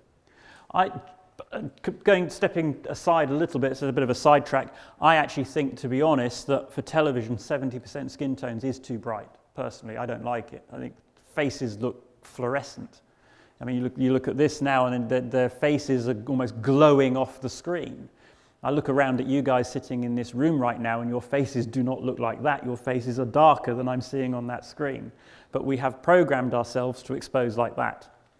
I think personally that face overall skin tone should be exposed a little bit darker than we typically do. That's just a personal opinion.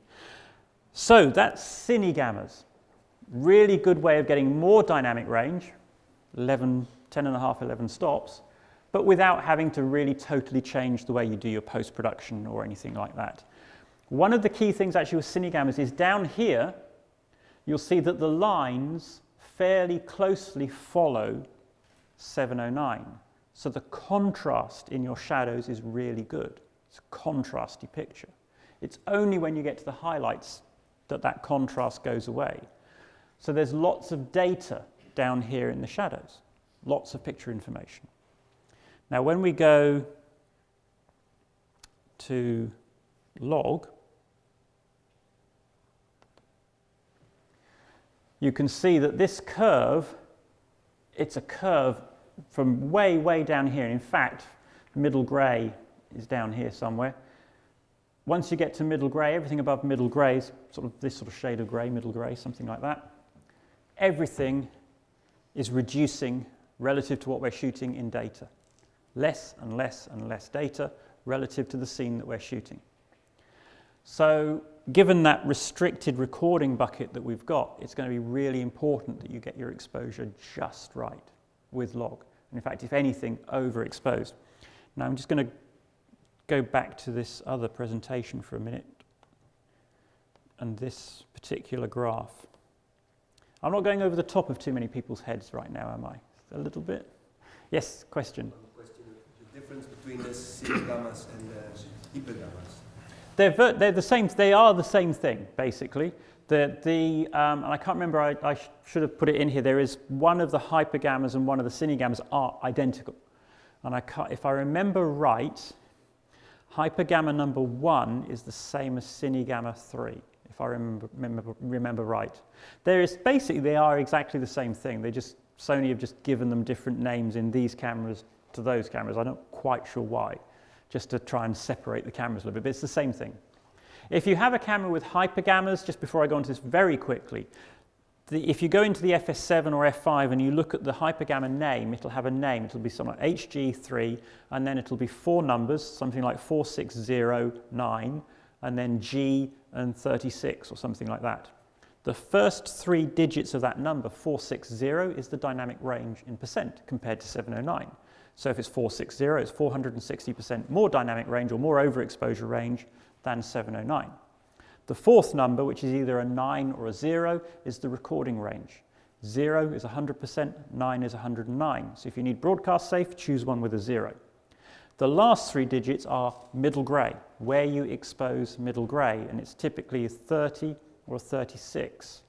Now 709, middle grey, and it's a very specific shade of grey, reflects 18% of the light. Middle grey is somewhere around this. Middle grey is 41% with 709. With the hypergammas, when you look at them, they're all less than 41%, 36 typically, G36. And what that's telling you is you expose it darker. So your middle grey, instead of being 41%, is exposed at 36. You're exposing it that 1 stop darker, which gives you that extra dynamic range. Okay, so this is log plotted on a log scale. So this is middle grey in the middle here.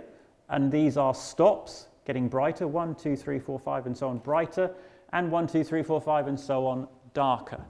And then this is my recording range, and it's actually on this chart, it's been plotted for 10-bit recording, going from code value of 0 up to code value of 1024. So with 10-bit recording, you have around about 1,000 shades that you can record. Now with S-Log, one of the things to look at in particular is, so S-Log has a 14-stop range, and at the standard exposure, it goes from 8 stops under middle grey to 6 stops over. So if we go down 8 stops, 1, 2, 3, 4, 5, 6, 7, 8, black is here, very, very little data down here for these first few stops, not a lot of picture information down there, because it's right down in the noise and everything else. Middle grey is here, and with S-Log2 and S-Log3, really pretty much once we get above middle grey, every stop is recorded with the same amount of data. Now something to consider, what is it? Go back to what an f-stop is again. An f-stop is a doubling of brightness. Let's think about that. If I have a scene that's a 4-stop range, just keep things nice and simple, nice small range. Stop number 1, if it takes 2 light bulbs to light that first stop, to light the second stop I need 2 more. So I have to double. The next stop, stop number 3, I have to double it, I'm going to need 4 light bulbs. The next stop, stop number 4, double it again, I need 8 light bulbs. So it's a total of 16 light bulbs to create that 4-stop range. If we isolate these stops for a minute, let's take stop 1, 2, and 3. 2 light bulbs, 4 light bulbs, 8 light bulbs. What's 2 plus 4 plus 8? Well, it's 14. So those first 3 stops are illuminated with 14 light bulbs. The top stop, the next one up, is illuminated on its own by 16. This stop here has more picture information in it than all of these 3 combined. So if I had a camera with a 4-stop range and I opened the aperture up, I could actually expose the entire scene in that top stop. If I was recording everything, if I was actually recording all the information coming from that scene, because that top stop contains as much information as the other 3. And normal gamma actually works kind of like that, and that's why actually normal gamma has really good contrast and everything else. But S-Log is very, very different. Each of these stops, one stop, if I look at this stop here, and if I choose S-Log2 and I go across here, goes from, let's call it 450 to 500 and, well, we'll call it 512. So that has about 70 shades, or 70 code values recording it, 70 bits of data.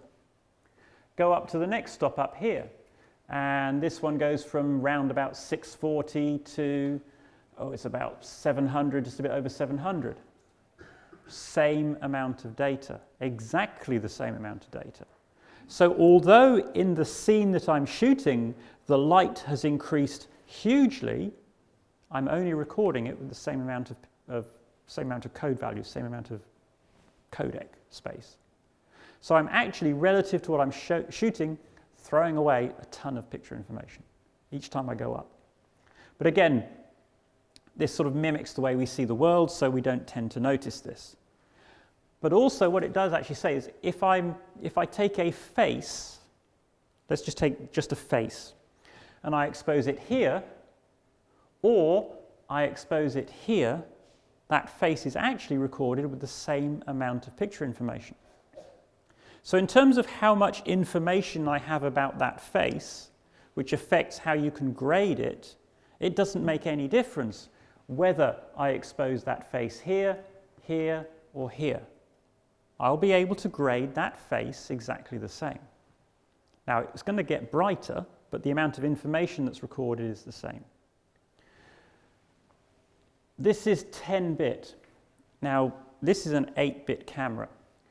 divide all of these numbers by 4 to get 8-bit. So instead of having 70 shades for each stop, I've only got around about 15 or 16 shades per stop. That's not a lot of picture information at all. Down here in the shadows, this is where all your noise is going to be. So the noise coming off my sensor is throughout the picture, but you notice it down in the shadows. This bottom stop down here in 10-bit is recorded with maybe 5, 6, 7 shades in 10-bit. Divide that by 4 to get 8-bit. 2 shades. So anything down here is, when you're talking about the picture noise, is actually going to be nothing or everything in that stop. Imagine what happens to that when you grade it. When you grade stuff, you tend to stretch levels out and things like that. You almost always end up pulling levels apart. So you've got noise down here in my shadows with 8-bit recording in 4K on the FS5 that is basically either all on or all off. And you start grading that and stretching it out, and it's going to look nasty. It's going to look really, really ugly because it's just going to go more and more extreme, on or off, and it's just going to get bigger, the difference in all. So your noise will get much, much coarser very quickly if you have to bring these levels up, even the slightest, tiniest bit, because you don't have enough data. In 10-bit, down here, you've got 5 shades. So as you stretch it out, yes, it's going to get bigger, but because you've got shades, you can still have some variance in the noise. Whereas when you don't have enough data, it's either on or off, and it looks very coarse. So with the FS5, shooting log, you never, ever, in 4K, in 8-bit, want to be bringing your levels up in the shadows in post. It's going to kill you very quickly and limit what you can do, really limit what you can shoot. So with the FS5, if you remember, our face can be recorded at any of these levels and have the same amount of data. What do you want to do? You want to record that face as high as you can get away with in level, because then this down here is going to be much, much brighter. So the only thing you're ever going to do with your shadows is take them down, which will help with your noise. If they're too bright, you're going to be pushing it down. But that face, because it's got the same amount of data in it, is going to grade just as well when it's overexposed as if it was correctly exposed. Do you follow that? Is that, yeah? Hey, success. So you have to totally change the way you expose compared to a conventional television camera. Overexposure is your friend. Overexposure is good. It is. And the other thing is, because we have 14 stops of dynamic range, the way the camera handles overexposure is natural. 14 stops, we're talking about going 6 stops above middle grey. So that's 4 stops, almost 5 stops above skin tone. And each stop is doubling. It's a 1,300% improvement over a traditional camera. That's a massive difference. And as a result, the highlights that you do get that do overexpose, well, they'd be overexposed in your own vision. So when you show them on the TV screen, which is only a 6-stop screen anyway, if they're a bit overexposed, well, it looks normal, it looks right. Because one of the mistakes a lot of people make with big dynamic range cameras is they try and capture absolutely everything, nothing overexposed. You take it into post-production and the colorist is like, well, I can't show it. We don't have the display technology to show it. I'm going to have to crop it off and clip it off anyway. So you don't gain anything. So you can overexpose, and you should overexpose to get the best results. So S-Log wants to be overexposed, typically by 1 to 1.5 stops, maybe even 2 stops on an 8-bit camera. So you want to shoot as bright as you can get away with. For all practical purposes, the stuff that you've shot with the FS5, yes. Did you shoot S-Log at all, and what type of stuff did you shoot? Okay, so I've shot a lot of, not a lot, I've shot stuff primarily actually around Amsterdam with the FS5 in an evening, and trying to sort of get a feel for the camera. A lot of what I shot at the Sony recommended exposure to create a baseline, so I can figure out what's going on with this camera. And it's very clear in what I've shot that it would have been much better if it had been exposed brighter.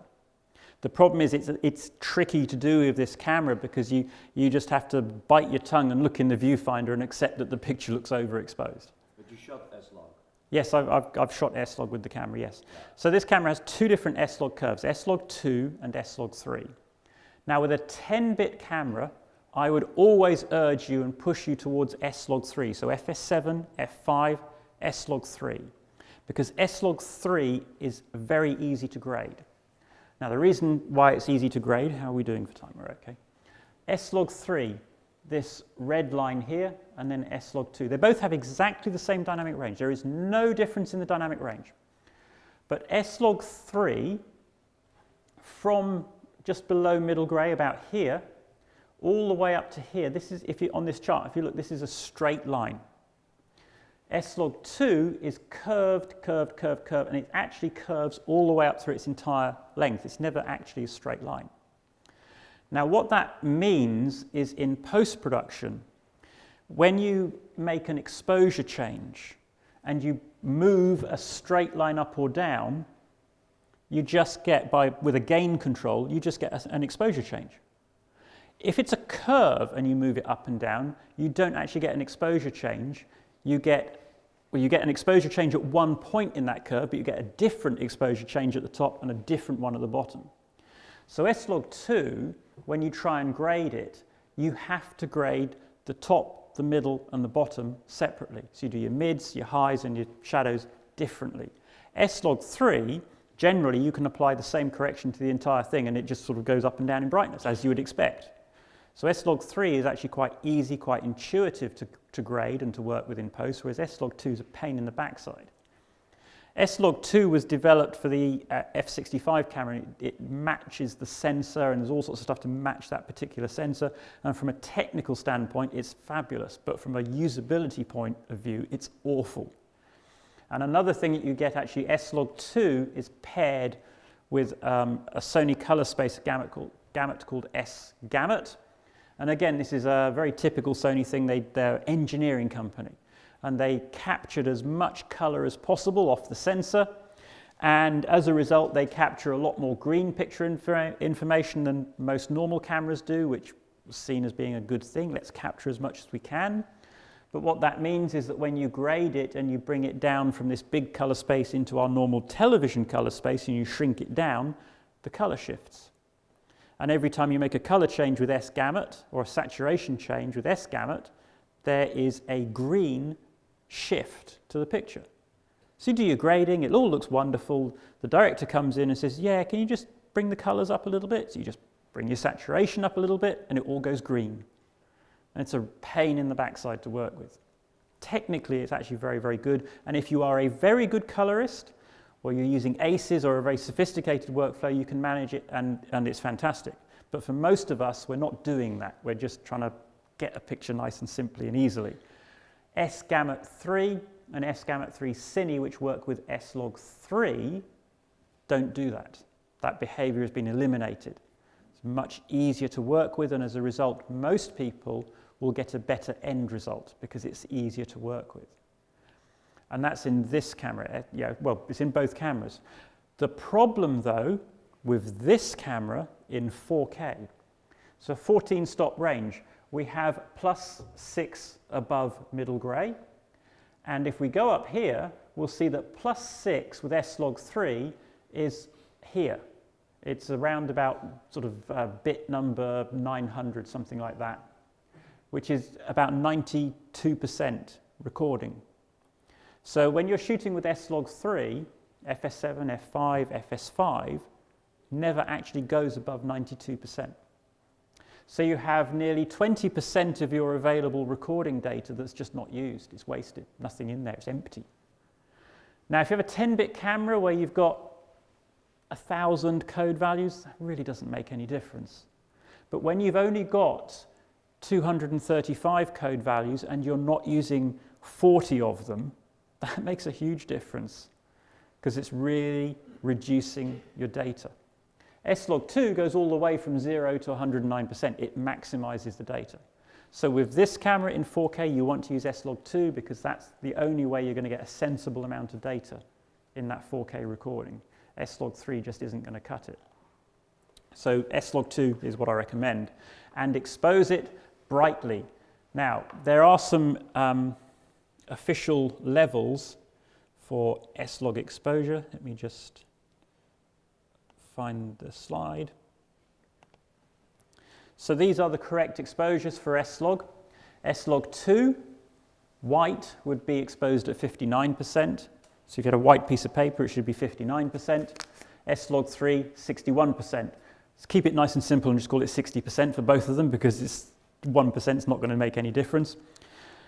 To expose it a stop brighter, that would put white at around about 67, 68%, something like that. So if we put our zebras at 70, introduce a piece of paper into your shot, you should have zebras over your piece of paper. That's going to put you about a stop and a half over the factory levels, the standard levels, and that's exactly where you want to be. It's easy as that. Zebras at 70%, piece of white paper. If you want to set zebras for faces and skin tones, you're going to have to wait for a firmware update for the camera because at the moment zebras don't go below 70%. The firmware update will give you 0 to 100% zebras, and at that time you'll probably want about 60% for faces and skin tones to get that 1.5 stops overexposure. Now the only issue you might have is then in post-production you go into post and you apply a standard lookup table for S-log2 on S-log3 and it's going to look a little bit overexposed in post. Don't worry, you're just going to bring your levels down with your grading tools or whatever. That's going to take your noise down and that's how you're going to get your really nice looking pictures. So S-log2, S-log3. S-log2, S-log3, they are designed for one purpose and for one purpose only, and that is to capture 14 stops of dynamic range. If you're not shooting 14 stops of dynamic range, don't use them. They're not for everything, especially low light. Very much in low light. Coming back to this again. If we've got a scene, typical outdoor scene, nighttime scene, 4 or 5 stop range, plus maybe some street lights, which would be well beyond that, almost in a separate range of their own. But most of what you're shooting in a night scene is going to be within a 5 stop range. If you're using S-log2 or S-log3, you're only actually using from -8, 1, 2, 3, 4, 5 to here. You're only using that much of your recording range. Your recording range is this, but you're only using, you're barely using 10% of your available recording range, your available bit values, your available code levels. If your aperture's wide open, well, that's going to be the brightest thing, 5 stops up from black. So my black is here, 1, 2, 3, 4, 5, here. If I was using S-log2, good grief, I don't think it's even 10% of your available recording range. You've got 235 possible shades in 8-bit, but you're only using 23 to record your entire scene. It ain't gonna grade. Forget it.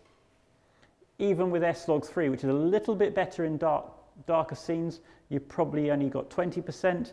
You've still only got 40 shades for your whole scene. How do you like a camera in low light but not using S-log?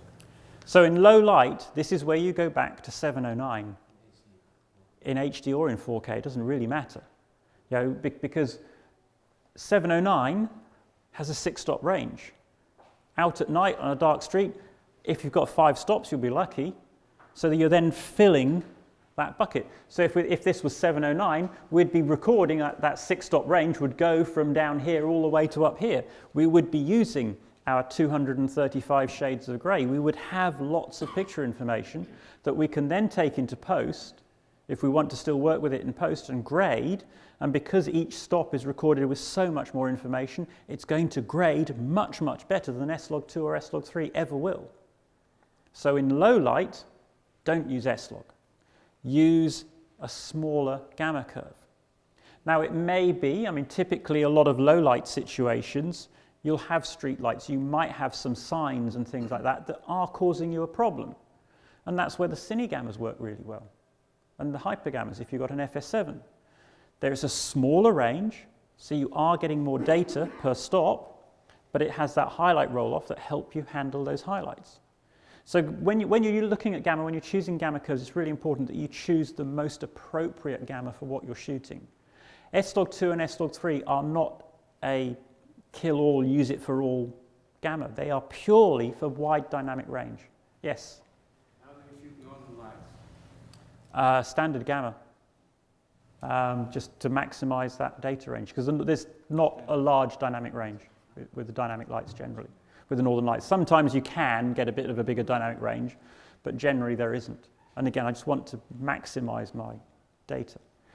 And it does depend. I mean, something to consider, of course, is that if your aperture isn't wide open, then of course you can open your aperture up, and as you open your aperture up, that happens. So you can fill it. So really this is talking about a low light situation where your aperture is wide open and you're not using that full range because you can't get any more light in onto the sensor. So, but how about on the A7S? Yes. Which is a low light camera. Yep. They say to use S-Log2 and. Who says? Because that's what I don't know. That's what you keep hearing because it's people that have no idea what they're talking about. To be honest, in low light, no, you do not want to use S-Log. It will be grainy because you don't have enough data, so that when you grade it, bring it out, that noise gets much, much worse. It'll be full of compression artifacts relative to the picture because you haven't got enough data. S-Log is terrible for low light. The other thing it's terrible for is green screen and chroma key. Green screen and chroma key, you're shooting in a studio, you should have control over your lighting. You want to light it for a reasonable range, because obviously you need to have a nice looking picture, but why light it for 14 stops? You would probably light it for 6, 7, maybe 8 stops, in which case standard gamma 709 or a Cinegamma hypergamma is going to give you much more data in each stop. And you have to remember, think about green screen for a minute. If you've lit your green screen properly, what is it going to be? Even. So that green has very, very little data or picture information in it. Yet you're trying to separate it from everything else. If you're recording that green compared to the foreground with only a few little bits of data because you've got this massive dynamic range, it's going to be really hard to separate the foreground and background. Bring the dynamic range down so that 1 or 2 stops between the foreground and background is recorded in a much bigger range. You'll have much more information. It'll be much easier to separate the background from the foreground. Your key will be so much better. I've seen some horrible, horrible examples of chroma key done with S-Log2 and S-Log3. People basically just given up. They can't get it to key. There's just not enough data. Stretch out your dynamic range, stretch out your data by using the smallest dynamic range that you need. Don't use more than you need. There's a lot of things in life that you don't, there's no point in using a 25-gallon or 25-litre jerry can to put your can of Coke in. It's pointless. It's just silly. Why lug this great big can around when there's just a little bit of Coke sloshing around in the bottom? Stick it in the can the right size. Works much better. It's much more practical. Right. So, pictures. This is FS5 shot in Amsterdam with the kit lens, 18 to 105, ungraded, Cinegamma 3, straight out of the camera. That's what you get. 1000 ISO. There is some noise in there. It's not noise-free by any means. This is quite a big screen, and this screen does tend to make pictures look noisy. But a little bit of noise reduction in post would tidy that up very easily, and it is a nice-looking image. There's lots of detail in there, and you can actually see how the Cinegamma is rolling off the exposure in these highlights. They're not suddenly clipping. If this was 709 with a knee, that light there would probably all be not overexposed, you still have some color, but it would be just one blob of color. But because the Cinegammas roll off the highlights, you still have some graduation in a lot of these highlights. Now looking at S-Log. So this is S-Log 2 graded, very quick grade done in Premiere. Now something to say about grading log and using Premiere or Final Cut, whatever, or even speed grade within Premiere is don't. You can do it, you can get a result, you can get a picture, but it's nowhere near as good as it can be. And the reason for that is that Premiere and most editing packages, they don't use a lot of data for doing their number crunching. So Premiere is 16, my understanding is Premiere is 16-bit. So all your number crunching of your image is done in 16-bit. Now, probably most of you are going to be using 10-bit for your output to ProRes or something in 10-bit. A rule of thumb, when you're talking about bits and dynamic range, is you need 1 bit plus 2 for dynamic range. So for a 14-bit signal with no gamma, to do the number crunching, you need 16 bits. 14 plus 2. So 16-bit processing will handle a 14-stop image. But you start grading that. When you grade things, you tend to, maybe you've pulled levels up and maybe the sky's gone up above your original 14. Certainly mathematically it has when you're grading it. So that's gone outside of our 16-bit processing range. And that ends up then being lost data or clipped data. And you end up with clipped highlights that aren't clipped in your original footage when you start using Premiere, things like that. When you go to software like DaVinci Resolve is 32-bit. So DaVinci Resolve, in theory, could handle 30 stops of dynamic range. And you would be surprised. Who uses Resolve here? One. It is, and I know it's difficult, I know it's hard, I've been there, it's something else to learn. And we don't have a lot of time to do that kind of stuff these days. You will be surprised at the difference in image quality that you will get by grading with a proper tool like Resolve compared to trying to do it in Premiere or FCP. It's a night and day difference, it really, really is. I kind of poo-pooed it when I was starting to get into log and things like that. So, oh no, I can do it in Premiere, I can apply an S-curve or whatever and I'll get a good result. No, I can't. I can always get a much better result going into Resolve, and actually it ends up being faster, simpler, quicker and easier because it's the right tool for the job. So do try and learn it, or something like that. It's free, it handles 4K in the free version, you haven't got to pay for anything, and when you download it, it comes with a tutorial that takes about 6 hours to run through from start to finish, and that will teach you everything that you need to know to grade really well in Resolve, and it's an incredibly powerful tool. Really is. The kind of things that you can do are really, really impressive. It's just being able to sort of like say, well, actually, I want to make the sky a bit more contrasty than the rest of the picture. Well, that's easy in Resolve, very easy. What about grading the Cinegamma curves in editing software? They're a little bit easy. They're not so bad because for a start, you only have 11 stops dynamic range anyway, so you're going to stay within that processing range much more comfortably. So yeah, working with, and that's really what they're designed for. I mean, that's part of the reason why they're so good is because you can work with those very comfortably, very easily in Premiere, FCP, whatever it is you use. And that's why they're nice, because they are a much simpler workflow. They'd still benefit from being manipulated in Resolve, but it's not such a big difference. It's a much, much smaller difference. And to be honest, I mean, if I'm doing something with a quick turnaround, I'll use a Cinegamma, I'll stay in Premiere, I'll do it all within Premiere, I'll get a result that my clients will be happy with, and it's simple, it's easy. But as soon as I go to log, I always go into Resolve to do my grading. But it's not difficult. I mean, it's really hard to convince people. Resolve sounds complicated, the interface looks complicated, but it's not that bad. One of the key things to understand about if you edit in Premiere or FCP is getting from Premiere to Resolve is very simple. you do your edit in Premiere, and at the end, you export an FCP XML file once you've done your edit. And that's a very simple drop down in Premiere. Let me see if we can open Premiere up without messing everything up. Drop down in Premiere that comes down the end of your edit, and it just says export FCP XML. You export that file. It's a tiny little file. I don't think this is going to play ball because the way I'm sharing the screen. You export that.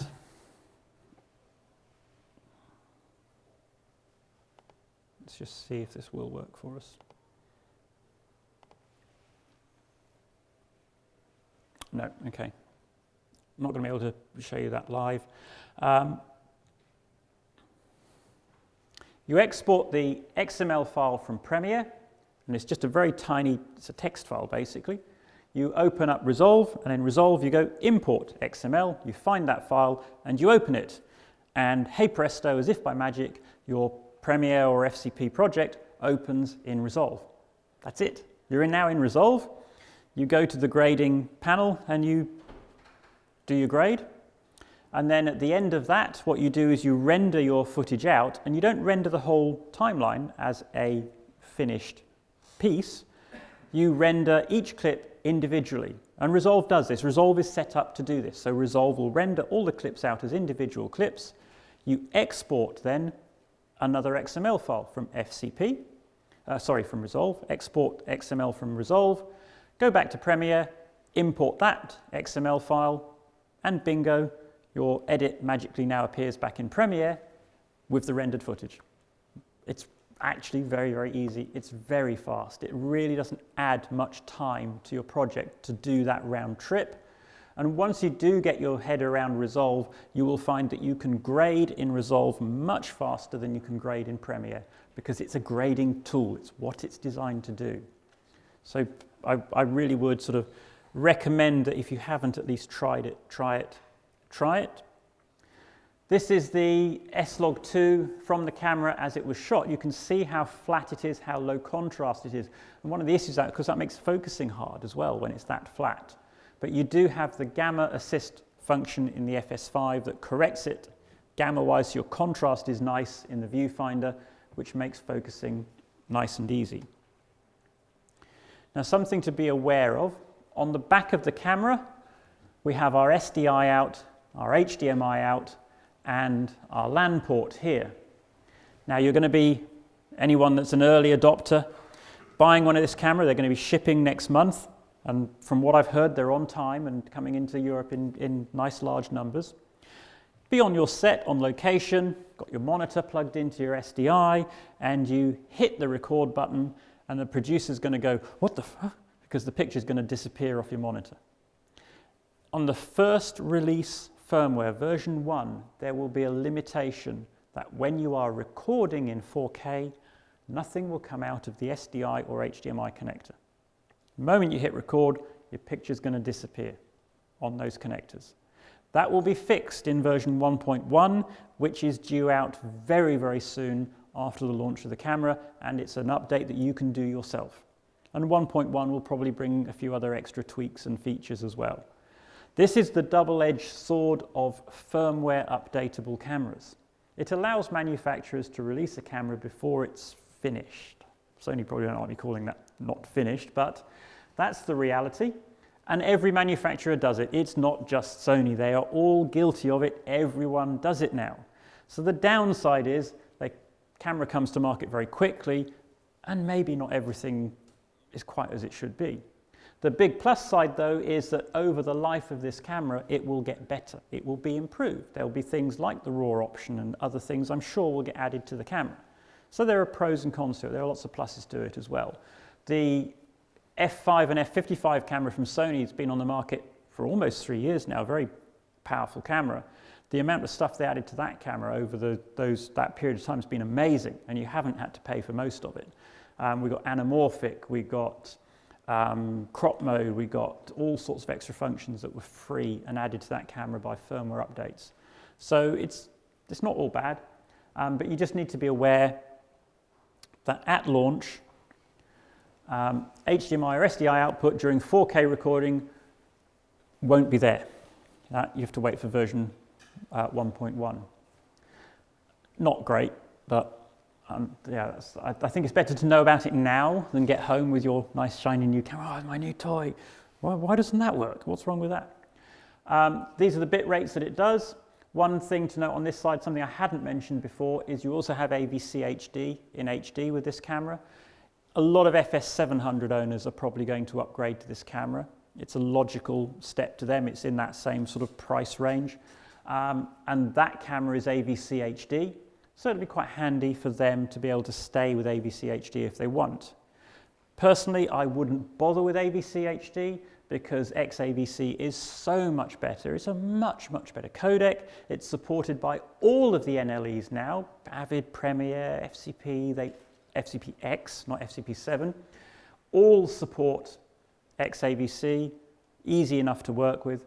So why would you want to use AVCHD when you have built into the camera a much better codec? AVCHD can be recorded to standard SD cards, whereas XAVC needs SDXC. SDXC cards, though, they're readily available, very common, and they're not expensive. Do buy your media from a reputable source. Lots of fake recording media, especially SD cards out there, so make sure wherever you buy your cards from, you buy it from a reputable source. I wouldn't go down the market and buy it, especially if you're doing weddings and things like that, because the last thing you want is halfway through a wedding is for the SD card to melt. I've seen it happen. You laugh, it happens. On my forum, probably in any given year, I probably get 10 or 15 people that will come on the forum, and they're in a really sorry state because something's gone badly, badly wrong with their SD cards and they've lost everything. And I don't know why, and I really feel sorry for the guys that always seems to be on a wedding. Now, having said all of that doom and gloom, on this camera we have 2 slots, and you can record to both at the same time. So you can have an SD card in A, SDXC card in B, recording simultaneously. So if one of those cards does happen to go wrong, you've got the other one as a backup. So that's been thought about. Another nice trick actually with this camera, stay. But you can also choose to record. You can record one after the other, or you can control one with this record button and one with this record button. So you can actually record 2 different things on the 2 slots. Really useful for an interview. Maybe you're doing a conference and you're shooting the speaker on the stage, but at the end of the conference you're going to do a really quick video, highlights video of the show. Press record, card A, record the whole thing. This button down here, card B, just record a few highlights because you can then give the editor that card. He hasn't got to go through hours and hours of material just to do his highlights video. Meanwhile, you're still carrying on to shoot the whole thing. Nice little feature. So lots of things for that. Super slow motion, this was asked about by a couple of people. We can record up to 240 frames per second in full HD, 480 in basically what's half HD. It's a 1920 by 1080 HD frame, but the resolution vertically is reduced. All the way up to 960 frames per second. The quality drops quite quickly when you go above 480. The camera uses a memory cache system because there is no way you can record 240 frames per second of HD onto an SD card at any form of reasonable picture quality. It's not going to happen. So there is a memory in the camera that stores and holds the slow motion, but that has a limited capacity. And it's actually, if you know the FS700, it's exactly the same as the FS700. So when you're shooting 24 frames per second as your base rate, if you shoot at 240 frames per second super slow-mo, that's going to get you a 10 times slowdown. And in that mode, you have an 8-second memory buffer. So there's 2 ways of triggering the recording, and that's a start trigger or an end trigger. There's also a half-end trigger as well. Start trigger is as you would expect. You press the record button, the camera starts to record the slow motion. After 8 seconds, when the memory is full, it then starts to write from the camera memory to the SD card. It's written at 2 times the playback speed. So 240 frames per second at 24p gives you an 80-second clip. So it will take 40 seconds to write it to the SD card. That's the downside to the system. You do have to wait before you can do the next shot while that memory is emptied. One thing you can do is if the bit that you need happens quite quickly in the clip, you can actually press record again and it will stop the transfer at that point, keeping everything that's been transferred up to that point. And you actually see it plays it back as it transfers. The other one, and the one that I really like on this camera, and I use a lot actually, is the end trigger. Because the memory in the camera is constantly filling up with slow motion. You point it at the thing you want to shoot, so I do a lot of thunderstorms, point it at the thunderstorm, wait for the bolt of lightning, and I can put my beer down, press record. The camera then dumps the 8 seconds prior to pressing record onto the card. So it's really good for stuff when you don't know when it's going to happen. And in fact, the reality is with most slow motion stuff, you don't know when it's going to happen exactly. Now, as an example, another example, that FS7 here. This can record 180 frames per second continuously because it uses XQD cards. They're very, very fast cards. So you can write to the cards that slow motion without having the internal memory buffer. But the cards are expensive. 64 gigabyte card will hold about, I think it's about 10 minutes of 180 frames per second. Now, if you wanted to shoot a soccer match and get all the goals in slow motion, you're going to have to film the whole match. So you're going to have 10 XQD cards full of material at the end of that match. So you've got to have a lot of media for a start. And when you get back into the edit suite, well, you're going to have 10 hours of footage to go through to find those goals. This camera, point it at the goal, wait for the goal to be scored, hit record, one clip, that's the goal being scored, really easy to find it. Yeah, you haven't got to go through all that footage, you're not using up tons and tons of media.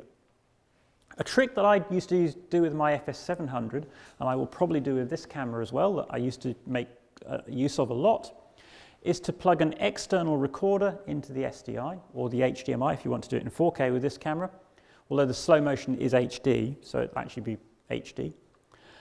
Plug in your external recorder, you can record normal speed, normal motion with that, and then when you get something you want in slow motion, you hit the record button on the camera, and it dumps the slow motion to the SD card. So you can kind of get the best, normal motion plus super slow motion by doing that with an external recorder. We've gone over the Wi-Fi and FTP, I've covered that already, so we don't need to go through that again. MI shoe. So on the top of the camera, and this is now appearing on more and more of Sony's cameras, like the A7S FS7, there is this shoe here. Looks like a fairly ordinary cold shoe, but it's actually a hot shoe. There are electrical connections in here. And using one of these, which has the wonderful, easy to remember name. So when you are ordering this, remember this, SMAD P3, SMAD P3, that you can use with the equally easy to remember named UWPD wireless microphone. So when you're ordering it, UWPD and SMAD P3, that's all you need to remember, really easy. Plug your UWPD receiver onto here, put this on here, and you have power and audio going directly into the microphone receiver, or audio from the receiver into the camera, and the radio mic receiver is powered by the camera. So you haven't got to worry about the batteries in the receiver, no wires, no cables. It's a really neat system. I use it a lot. I really like it. You can also control and power video lights and other adapters. Now, one thing that Sony did think about quite nicely with this camera is, oops, that's the second time I've done that. This handle and the hand grip come off to break the camera down to make it lighter. But what you'll see is one of the XLR connectors for the audio is up here on the handle. The other one, though, they made sure there's one on the body. So even when you strip the camera down, you do still have an audio input on it, even though when you strip it down, it's just a box. But you do still have an audio input, so you can still plug your mic into it if you're using it on that gimbal or drone or whatever else you're doing. So I really think this camera is going to be a big hit. It's not a digital cinema camera like the FS7. It doesn't have EI, it doesn't have all the fancy lookup tables, all the nice things that this has for that. But for a handheld run and gun, grab and go camera, it's really been well thought out. It does just fall into your hand. It's light, so you can run around with it in your hand for a couple of hours before you get tired. You can't do that with this camera. This camera is too heavy to hold like that. This needs to be on your shoulder. It's a whole totally different way of working. And I've got one on order. I've got an F5 and an FS7 as well, and I ummed and ahed about it a lot, but really it was actually a bit of a no-brainer because I really want a camera that I can run around with and work handheld, still have that shallow depth of field look, still, you know, it's going to be a really good companion camera to my F5 and FS7 because I can't use those cameras the way I want to use them very often. You know, shooting in a car with this camera is going to be easy. It's so small, it's so light. And of course, the Sony lenses, E-mount lenses, image stabilized, the majority of them. If you're using a Canon lens, you still have image stabilization and nice things like that. So it's a really good run and gun camera. The ergonomics are really nice. It's very easy to shoot with. You can take this viewfinder off, slim it down a bit, and it's not going to stick out if you're not supposed to be filming somewhere. Yeah, you're going to get away with filming this with this, especially if you take the hand grip off the top. So it's just the box with this on the back. It doesn't look that different from a consumer camera. You can take it places where perhaps you shouldn't be, things like that. So I think it's going to be a big hit. For the money, the pictures that you get are amazing. Yes, it's not ideal for S-Log in 4K, but you can do it, you can work with it, you just got to be careful. So I think it is going to be a big hit. You can buy it in two different packages, with or without the lens basically. My recommendation would be to get it with the lens. It's not particularly expensive, that lens. It doesn't add a great deal to the cost of the whole package, but it's really this combination of a nice zoom lens, workable, usable autofocus, the ability to control everything from the hand grip that you're only really going to get with the E-mount lenses that makes this a nice kit, a nice package to own. Some differences between some of these cameras, FS700, FS5, FS7, they're not, well, the FS700 is quite cheap now, it's been quite well discounted, but there's not a massive price difference between these two. It really depends on what you need and what you want. If you want digital cinema, if you're going to shoot drama, stuff like that, FS7. Time code in and out with the extension unit, Genlock, it's going to allow you to sync up to audio mixers and things like that much more easily. The lookup tables and EI mode, much, much better for location shooting. It really is a, not studio, but so much a drama type camera. But if you're out and about doing fly on the wall documentaries, point of view, stuff like that, the FS5 is the camera to go for. It really is, that's really where it sort of excels. FS700 now, I wouldn't buy an FS700 now. It's getting a bit long in the tooth perhaps. So, one last thing I've been asked to show you very quickly is this. So in a moment, we're going to have the raffle to give away one of these. I use these a lot. They are very, very good. They are ruggedized hard drives. They're built so that you can drop them on a hard surface and the drive will survive. It's still a spinning disk drive.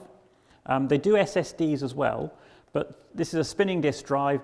Most hard drives, if you drop it, it's going to break.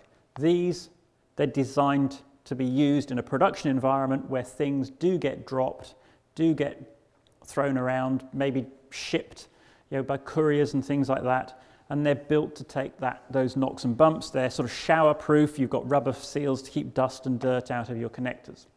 And I like these. They're fast as well for 2.5-inch drives. Use them a lot. Sony have just introduced this, which takes this idea of a ruggedized hard drive and takes it to the next level with a ruggedized RAID array that's portable to take on location. I do a lot of location edits. When I do the storm chasing, I go out in the field, and actually I shoot quite often with my F5 and R5 in 4K RAW, and we'll edit that in the field, because if I get a really good news story, something like that, I want to be able to take my 4K RAW, but send a nice little HD file off to the news station, so I do a lot of location editing. And this is going to be perfect for that. So it's 4 or 6 terabyte RAID array with Thunderbolt or USB 3 on the back that's rugged. So again, I can drop it and hopefully it's going to survive. If I dropped, like a G-Tech drive or something like that, a G-Tech RAID, if you drop that on the floor, I wouldn't perhaps trust that that's ever going to work again, whereas this is designed to take the knocks and bumps of production. Unfortunately though, you do pay a premium for that. It is a bit more expensive, but it's also very, very fast, 440 megabytes per second, so a terabyte in 50 minutes transfer speed, really very quick. So that's it from me. This is the 6th or 7th of these I've done this week, so my voice has just about made it to the end. Last thing is to do the draw. Yeah. Thank you very much, Alister. It was very informative. Everybody enjoyed it. Also, the people from the live stream were very enthusiastic. Good, good. So for the hi guys on the live stream. For the other people here, we have a crew of 4 people on the sales for questions about the camera, accessories belonging to those cameras. So we are running around. You can handheld the camera and put any other questions if you like. For the live stream, if you have any questions, you can ask Vincent or Ingmar. They are both know all ins and outs about that. So now for the raffle. We picked the one what was dropped on the ground, I guess. Probably. Yeah. Okay. Ooh, I thought we had for a minute. So, like most of them, it begins with a 5, and then it's got a number 2. So who's going to be the lucky person? 528. 528. Yeah, there you go. Nice hard drives. They are good hard drives. Thank you very much. Okay. Thanks. Well, thank you for having me. It's always a pleasure to come to Amsterdam. Always made very welcome over here. So thank you. I'm going to shameless plug before I finish. If you want to come see the Northern Lights, I run trips and tours to the Northern Lights every year.